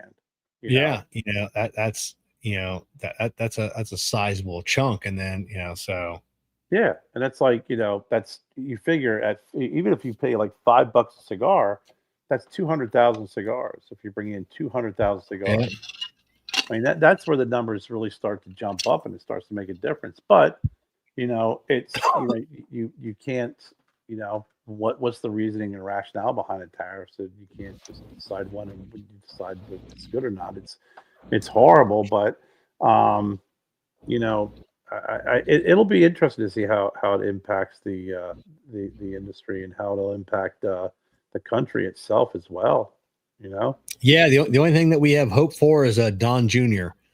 Don Jr. is a cigar smoker, but Don Jr. also has the money to, it is 100% tariff. It's not going to hurt his pocketbook too much. I'm just hoping he has enough friends, that it will hurt. I'm like, hey, you gotta fucking talk to your dad about this shit. And it's fucking crazy. Tell him to calm the fuck down. So. Yeah. But he's gonna say no, because look at Nicaragua. He's gonna point out all the reasons why they're doing the tariffs, and he's gonna say, if you don't, yes, it's great freaking tobacco. It's okay. Well, they may be able to find ways to, ship Nicaraguan tobacco over to the Dominican Republic and start making cigars that way. I mean, there's a nice little loophole, but at the end of the day, it's still going to have a major impact on the economy, and how's that going to impact Nicaragua? So it'll be hopefully it ends up, Venezuela. Venezuela is fucking rolling over right now, because they, with the tariffs and the projected tariffs that they want to increase. That government, I think it's Maduro down there. He's like, hey, okay, like we get it. And he actually offered, okay, so instead of me, finishing out my 6-year term, whatever, how about we do 3 years? We phase, I roll back, and then, we give it to the, to the vice president. And so, I mean, they're already scared shitless over, over what's going to happen to their economy. And this is a fucking communist country. So yeah, maybe just the threat of it will, well, to go unchecked. To go unchecked, because it's not like there's any more, oh, we're just going to freaking bomb you or go to war. That's just not going to happen. It's like, okay, well, how do you really impact someone? And right now it's how do you fuck up their economy? And as well as I do, with some of these countries, when you have an impact on the economy, that's when you start seeing freaking some uprising. And that's that happened. You remember Nicaragua? What was that? 3, 4, 5 years ago? Mm-hmm. When they came in and redid the retirement system, mm-hmm. and like people, like demolished it, and like I mean, you couldn't go. I mean, people were afraid to go down there. Like it was, it was a war zone down there. So it was. I remember Cigars trying to get out of Nicaragua. I remember the freaking government, the guard and the military going through freaking factories and looking for freaking guns and looking for freaking rebels. I mean, it was pretty scary. I mean, but again, when you take folks like that, if you upset the apple cart by pilfering the retirement system, and that's what happens when you have a socialist company, regime, and they start running out of money. Oh, they'll just take yours. Why not? You're all the same. It'll keep you all even keel. Don't worry about it. You'll get a retirement. It's going to be less, but it'll be manageable. And while everybody up top's still getting rich and fat, and if they need any more money, they'll just freaking dip into whatever is yours. So it's an interesting situation, and we're not even a year into his presidency. I know. I do like that he's there's a lot of things I do like, that he's that I do agree with. Some things I don't, but these narco terrorists, did you see the latest one where they blew up the submarine? Oh my God. Now, some of those boats are like, oh, those were just fishermen. Really? They have like the eye in the sky, and it's got all these giant bricks at the front of the boat speeding. It's like those were just fishermen. No, they weren't. So you could say whatever, but when they did that sub, nobody said anything.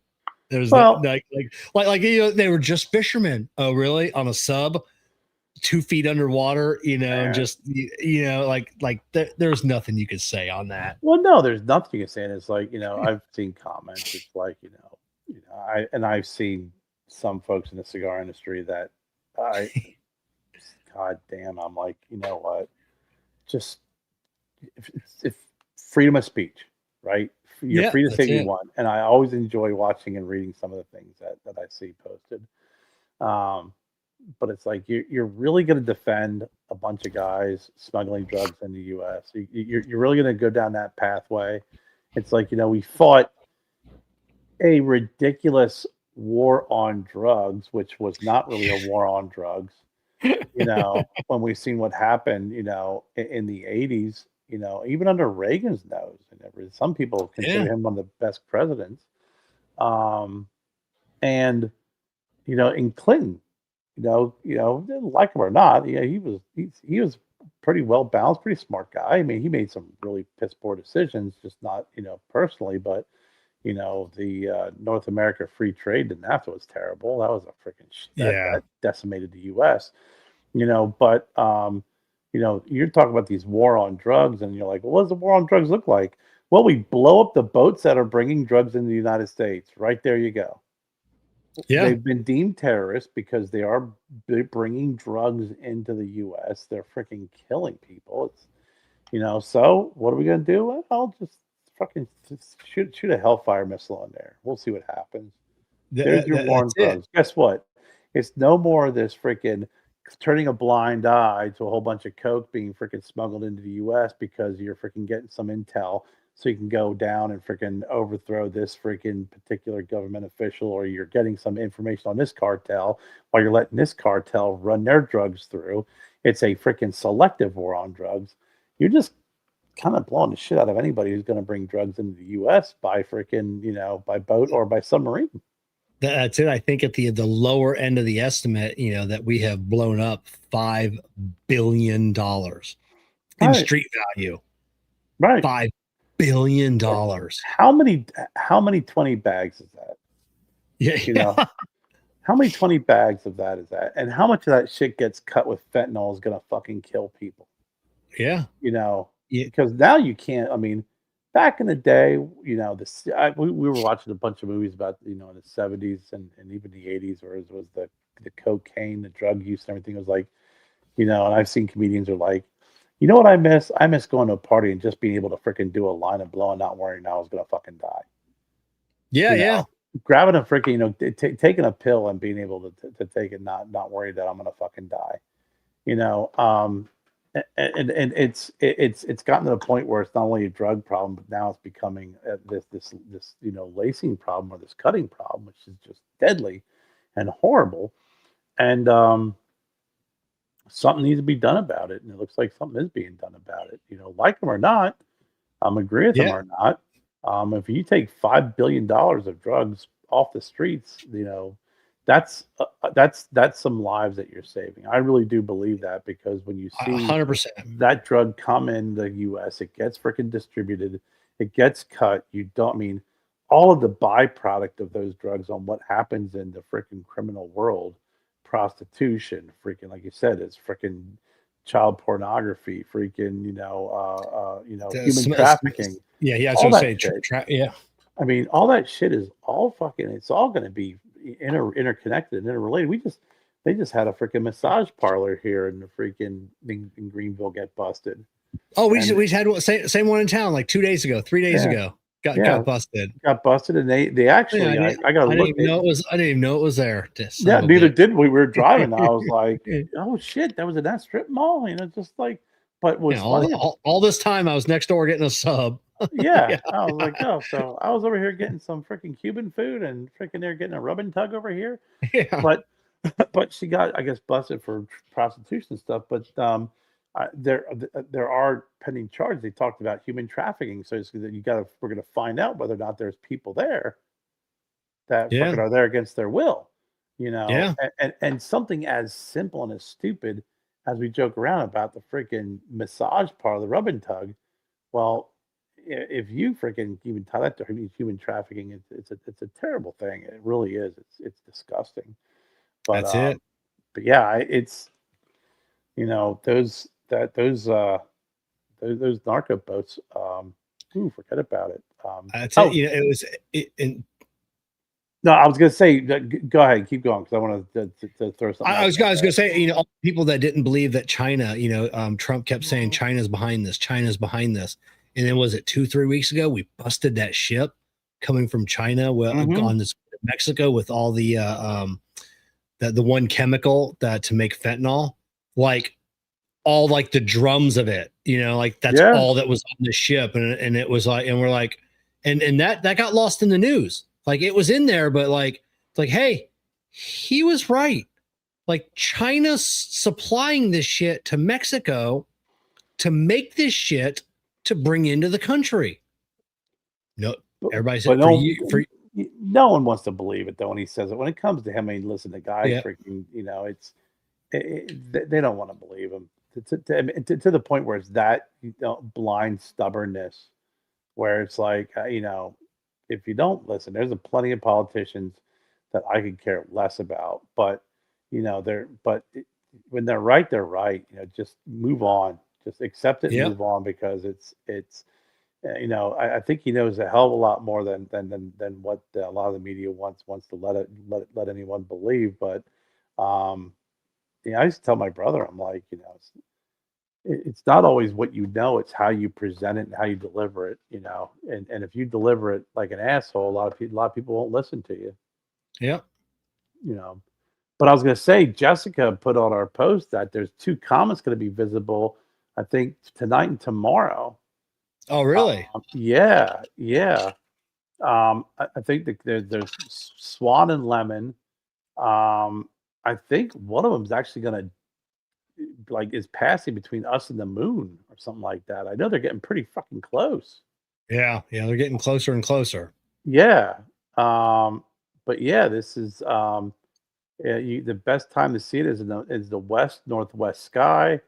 You can still go out and get a chance to see it. You can get it. I think the best view time is 7:30 p.m. to 9:30 p.m. It's tonight and tomorrow night. I think it's going to be visible until the 31st. But and again, it's so hard to fucking when you look this shit up and trying to hard to understand or believe what's real, what's not real. There's some things I read that some of these couple of these comets are going to hit, you know, are going to dip between us and the moon. Some of them are going to dip below where our freaking satellites are. I'm like, that's pretty close though, bro. Yeah, that's the one that's coming in a couple of years. And that, like I said, it will come below our satellites. That's close. We'll be able to see it like really well, like in the night sky, you know. And it's still a very Starlink. If you can see Starlink, yeah, put across the sky, which we have.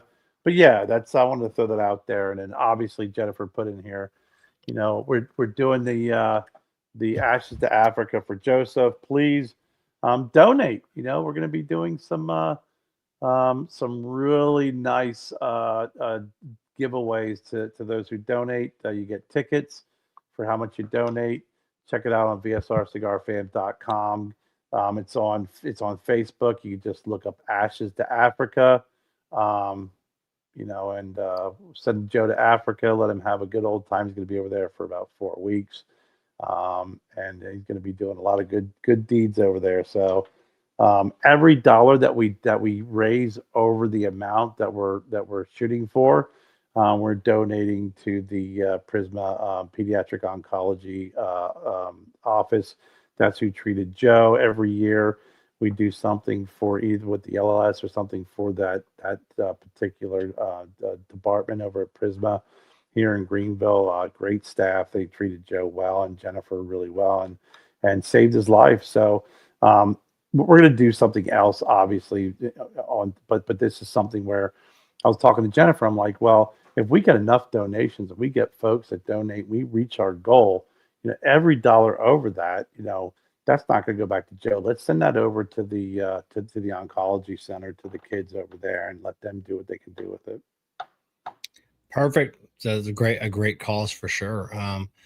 2 nights from now, Karen and I will be a host or a guest on the Rocky Mountain Cigar Show. Ryan Miller from the Rocky Mountain Show has been on our show many times. I've been on his show many times. I don't think Karen and I have ever been on his show together. No, I don't think I've ever been on a show. Maybe I think once a while back, if I'm not mistaken. Yeah. If I remember right, I think you were on like a while ago. So Karen and I'll be over there. So the Rocky Mountain Cigar Show, this coming up Thursday night. I believe it's 8 p.m. Eastern. I think it's 8 p.m. Eastern. So check that out, YouTube, Rumble, all the channels. And I think that's it. It's been a great evening. We definitely want to thank everybody for spending a couple hours your Tuesday night with us. We'll be back next Monday night for another Puff and Ponder podcast. I got a couple I tapped that shows. I gotta get scheduled. We got some cigar makers that want to come on, so I gotta get off my ass and get those scheduled. Yeah. So all right, everybody. We'll see everybody next week. We'll see you guys.